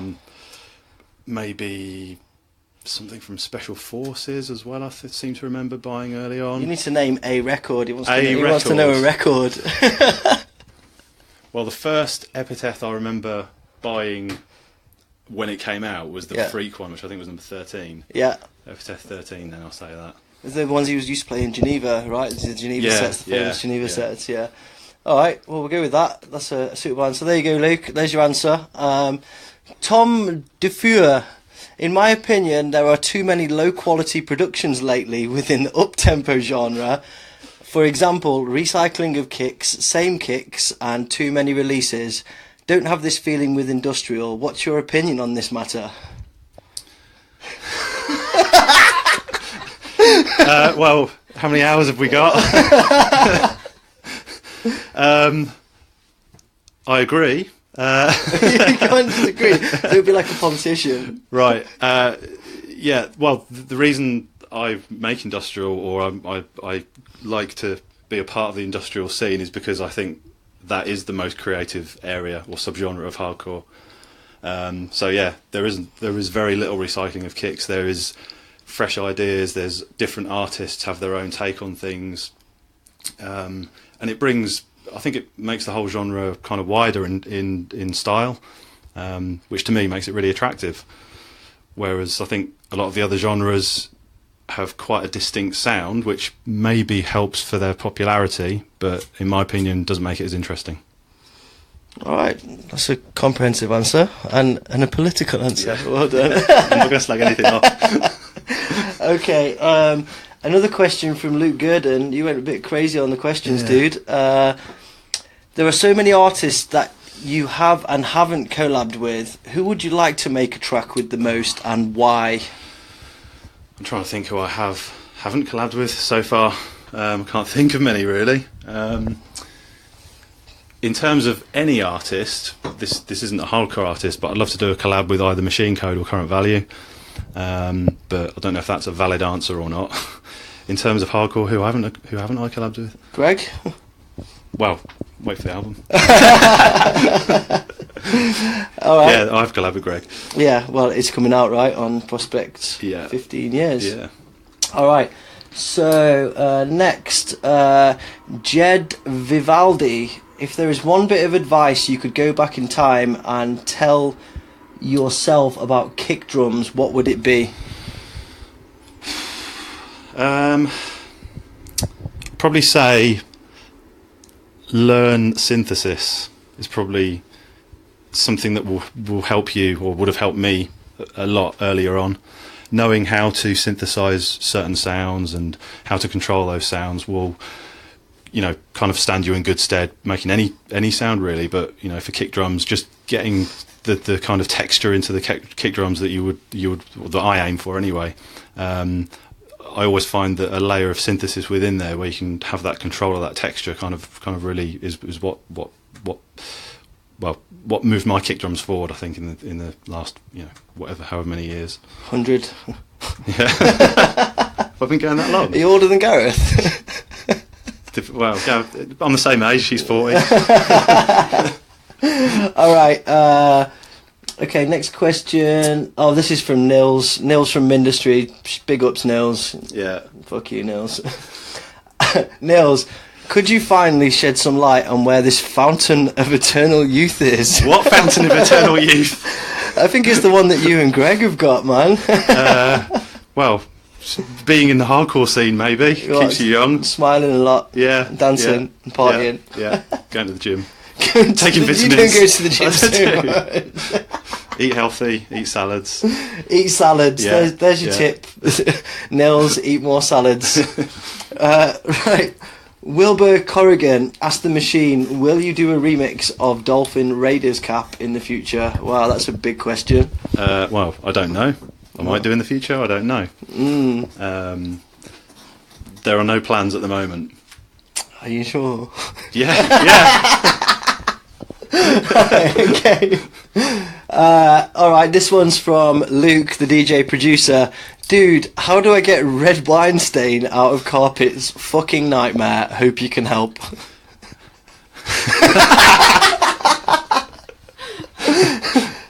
I know the answer to this. I think everyone knows the answer to this. So is it supposed to be some special answer? I don't know. That's outside of the box. Well, my initial answer is white wine. Yeah, everyone says that. That works, right? Yeah, I think Cam? so.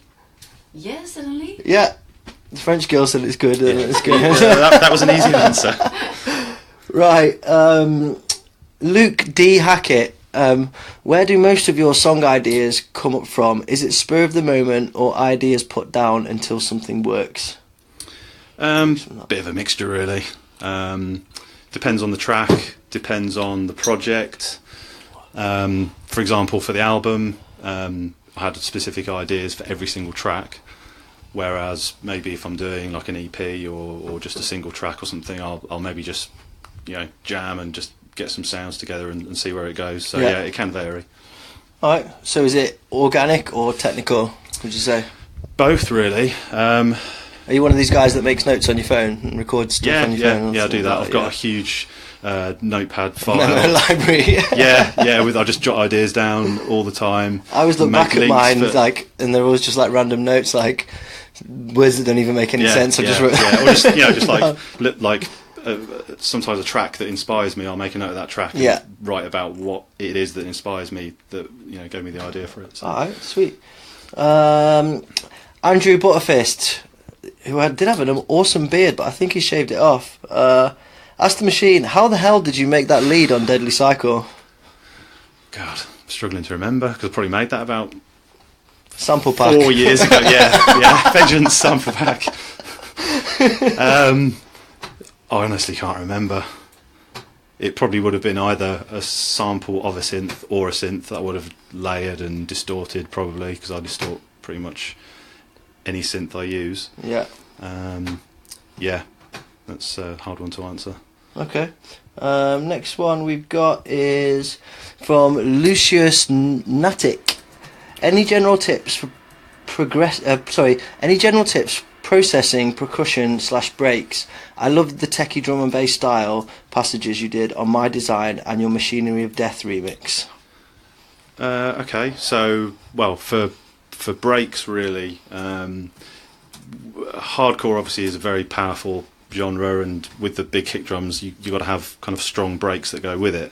So I think everyone does this anyway, layer additional kicks and snares under the breaks to kind of bolster them up, so they kind of have equal power as the hardcore kicks.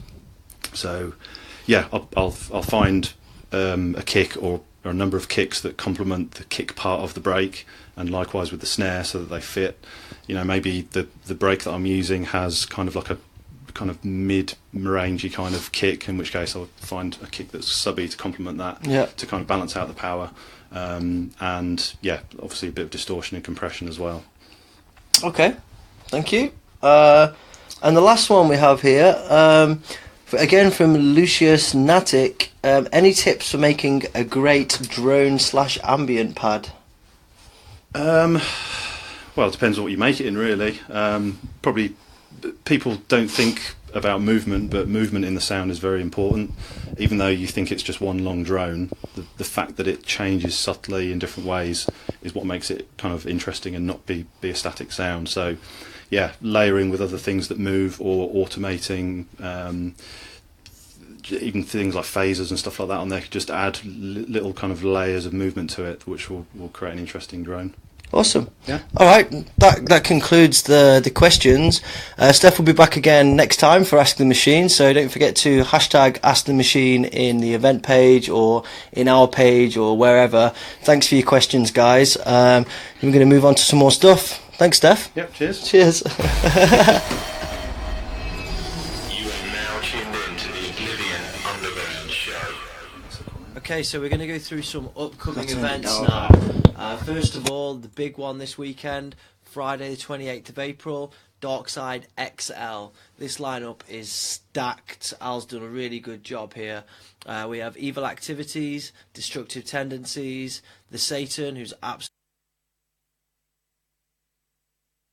absolutely murdering it at the moment. Ignian System, Sheminators, Miss Enemy, Weatherlizer, who's just got an album about to drop, so I expect a load of new material there. System Overload, Make Believe, Rhino, Robbed in Rhythm, Mikey Motion and Legion, and support acts Defected Minds and Danzo, BPM and YK Project and Liam Kerr, NRK, Incoherent, Rob Noise, Code Red and Shocks. That looks fucking sick. Let's check out the preview video.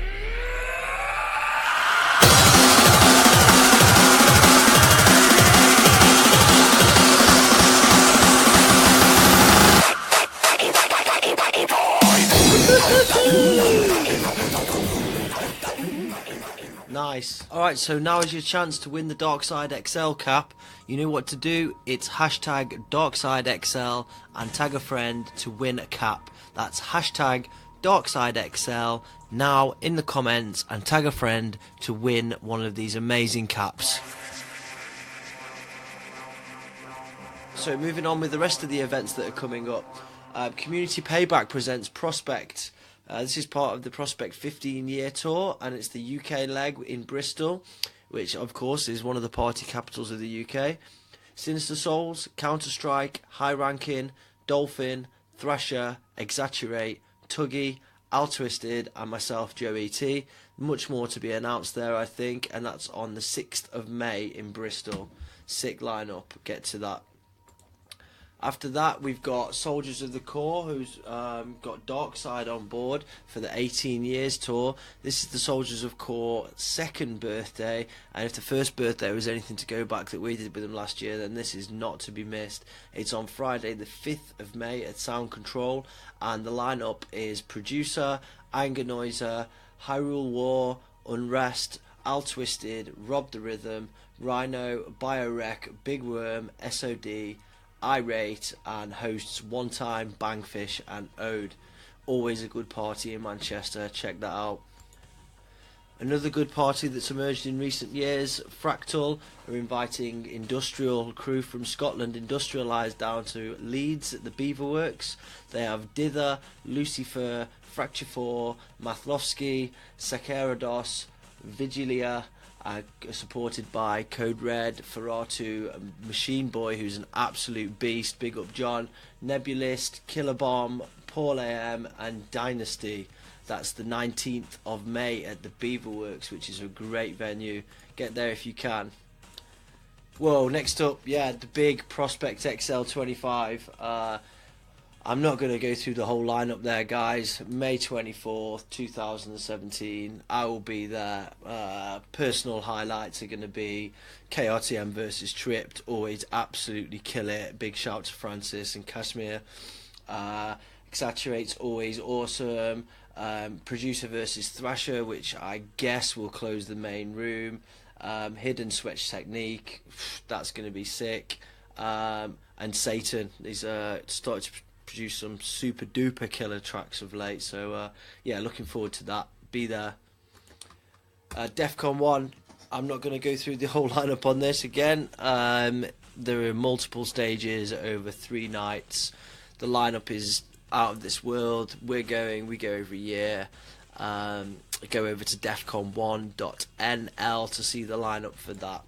Okay, so last but not least, Ibiza Goes Hard 2017. It's in its 6th year. Every year keeps getting better and better. It's seriously a good time over there. The lineup speaks for itself, but that's only one dimension of it. There's several days, or there's 5 days, multiple clubs, day and night, as well as multiple boat parties being run. Standard Ibiza Goes Hard parties, as well as Darkside 18-year party. I'm playing over there with my buddy Devastator. My brother Deathmachine's playing. We're back to back with Luke Producer on one of the boat parties. Tripped and Detest on the other boat party, where they'll be being ferried between 2 boats. It's nearly sold out, so go and grab your ticket now at tickets.ibizahard.com. I really can't recommend this enough. It's a great party. It's a great holiday. We all get a little bit weird over there, and why not? It's our time to celebrate. So get to that. Come and enjoy it with us. It's a great time. And that concludes the events section of this show. Hope to see you at some of them soon.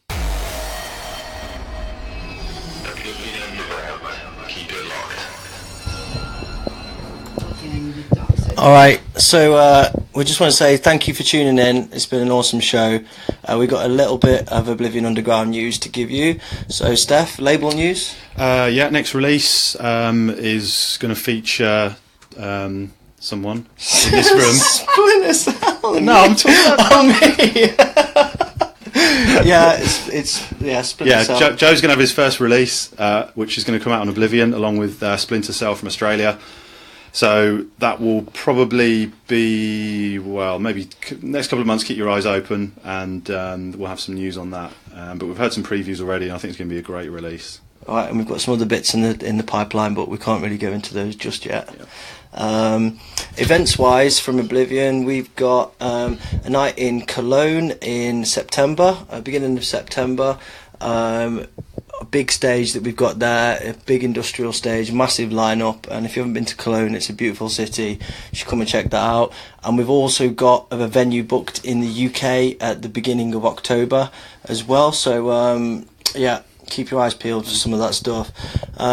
Events wise, what you got coming up? Next weekend I'm in Switzerland. Week after Slovakia, I think. So yeah, some foreign stuff. Yeah, foreign stuff. And anything else? Festivals? Festivals. First one we've already had was Hard Shock. Yeah. Then I'm doing DEF CON this year as well on the Sunday. Ibiza Goes Hard. So yeah. All right, cool. I've got my next one is I can't even remember right now. I've been doing this all night. I've got Ibiza Goes Hard, obviously. Say again? Berlin. Oh yeah, Prospect Berlin, Prospect UK yeah, in a few weeks. Yeah. I can't remember. Check out my DJ page. I'm sorry, I've had a few beers. Have we got winners? Yeah? Okay, right, so we're going to announce the winners now for the cap and the t-shirt. Can you read that? Okay, so Oblivion t-shirt winner is Kai Struckel. Kai Struckel, you've won. Respect. Oblivion and Brown, Callum Brown. All right, wicked. Okay, so get in touch, or we'll get in touch with you. Let us know what your size is and all that kind of stuff, and you'll get the first one of the limited edition Oblivion t-shirts. And the Prospect, Dark Side XL cap winner. This Friday. And that's this Friday, of course. Kai Bedfordshire. Yeah. Bedford Ashmore. Sorry, Kai Bedford Ashmore. You've won the Dark Side cap. Dark Side XL, Charlie Hinton. Yeah, and you tagged Charlie safe, right? So get in touch with us, or we'll get in touch with you, and yeah, we'll send that out and get it to you. Right. And that's it. Thanks to Steph for coming over. Thanks to everybody I've interviewed. Thanks to Cam for help with the images. Yeah. Thank you all for tuning in, and I hope to see you next time or at a party soon. Respect. See you later, guys. Woo!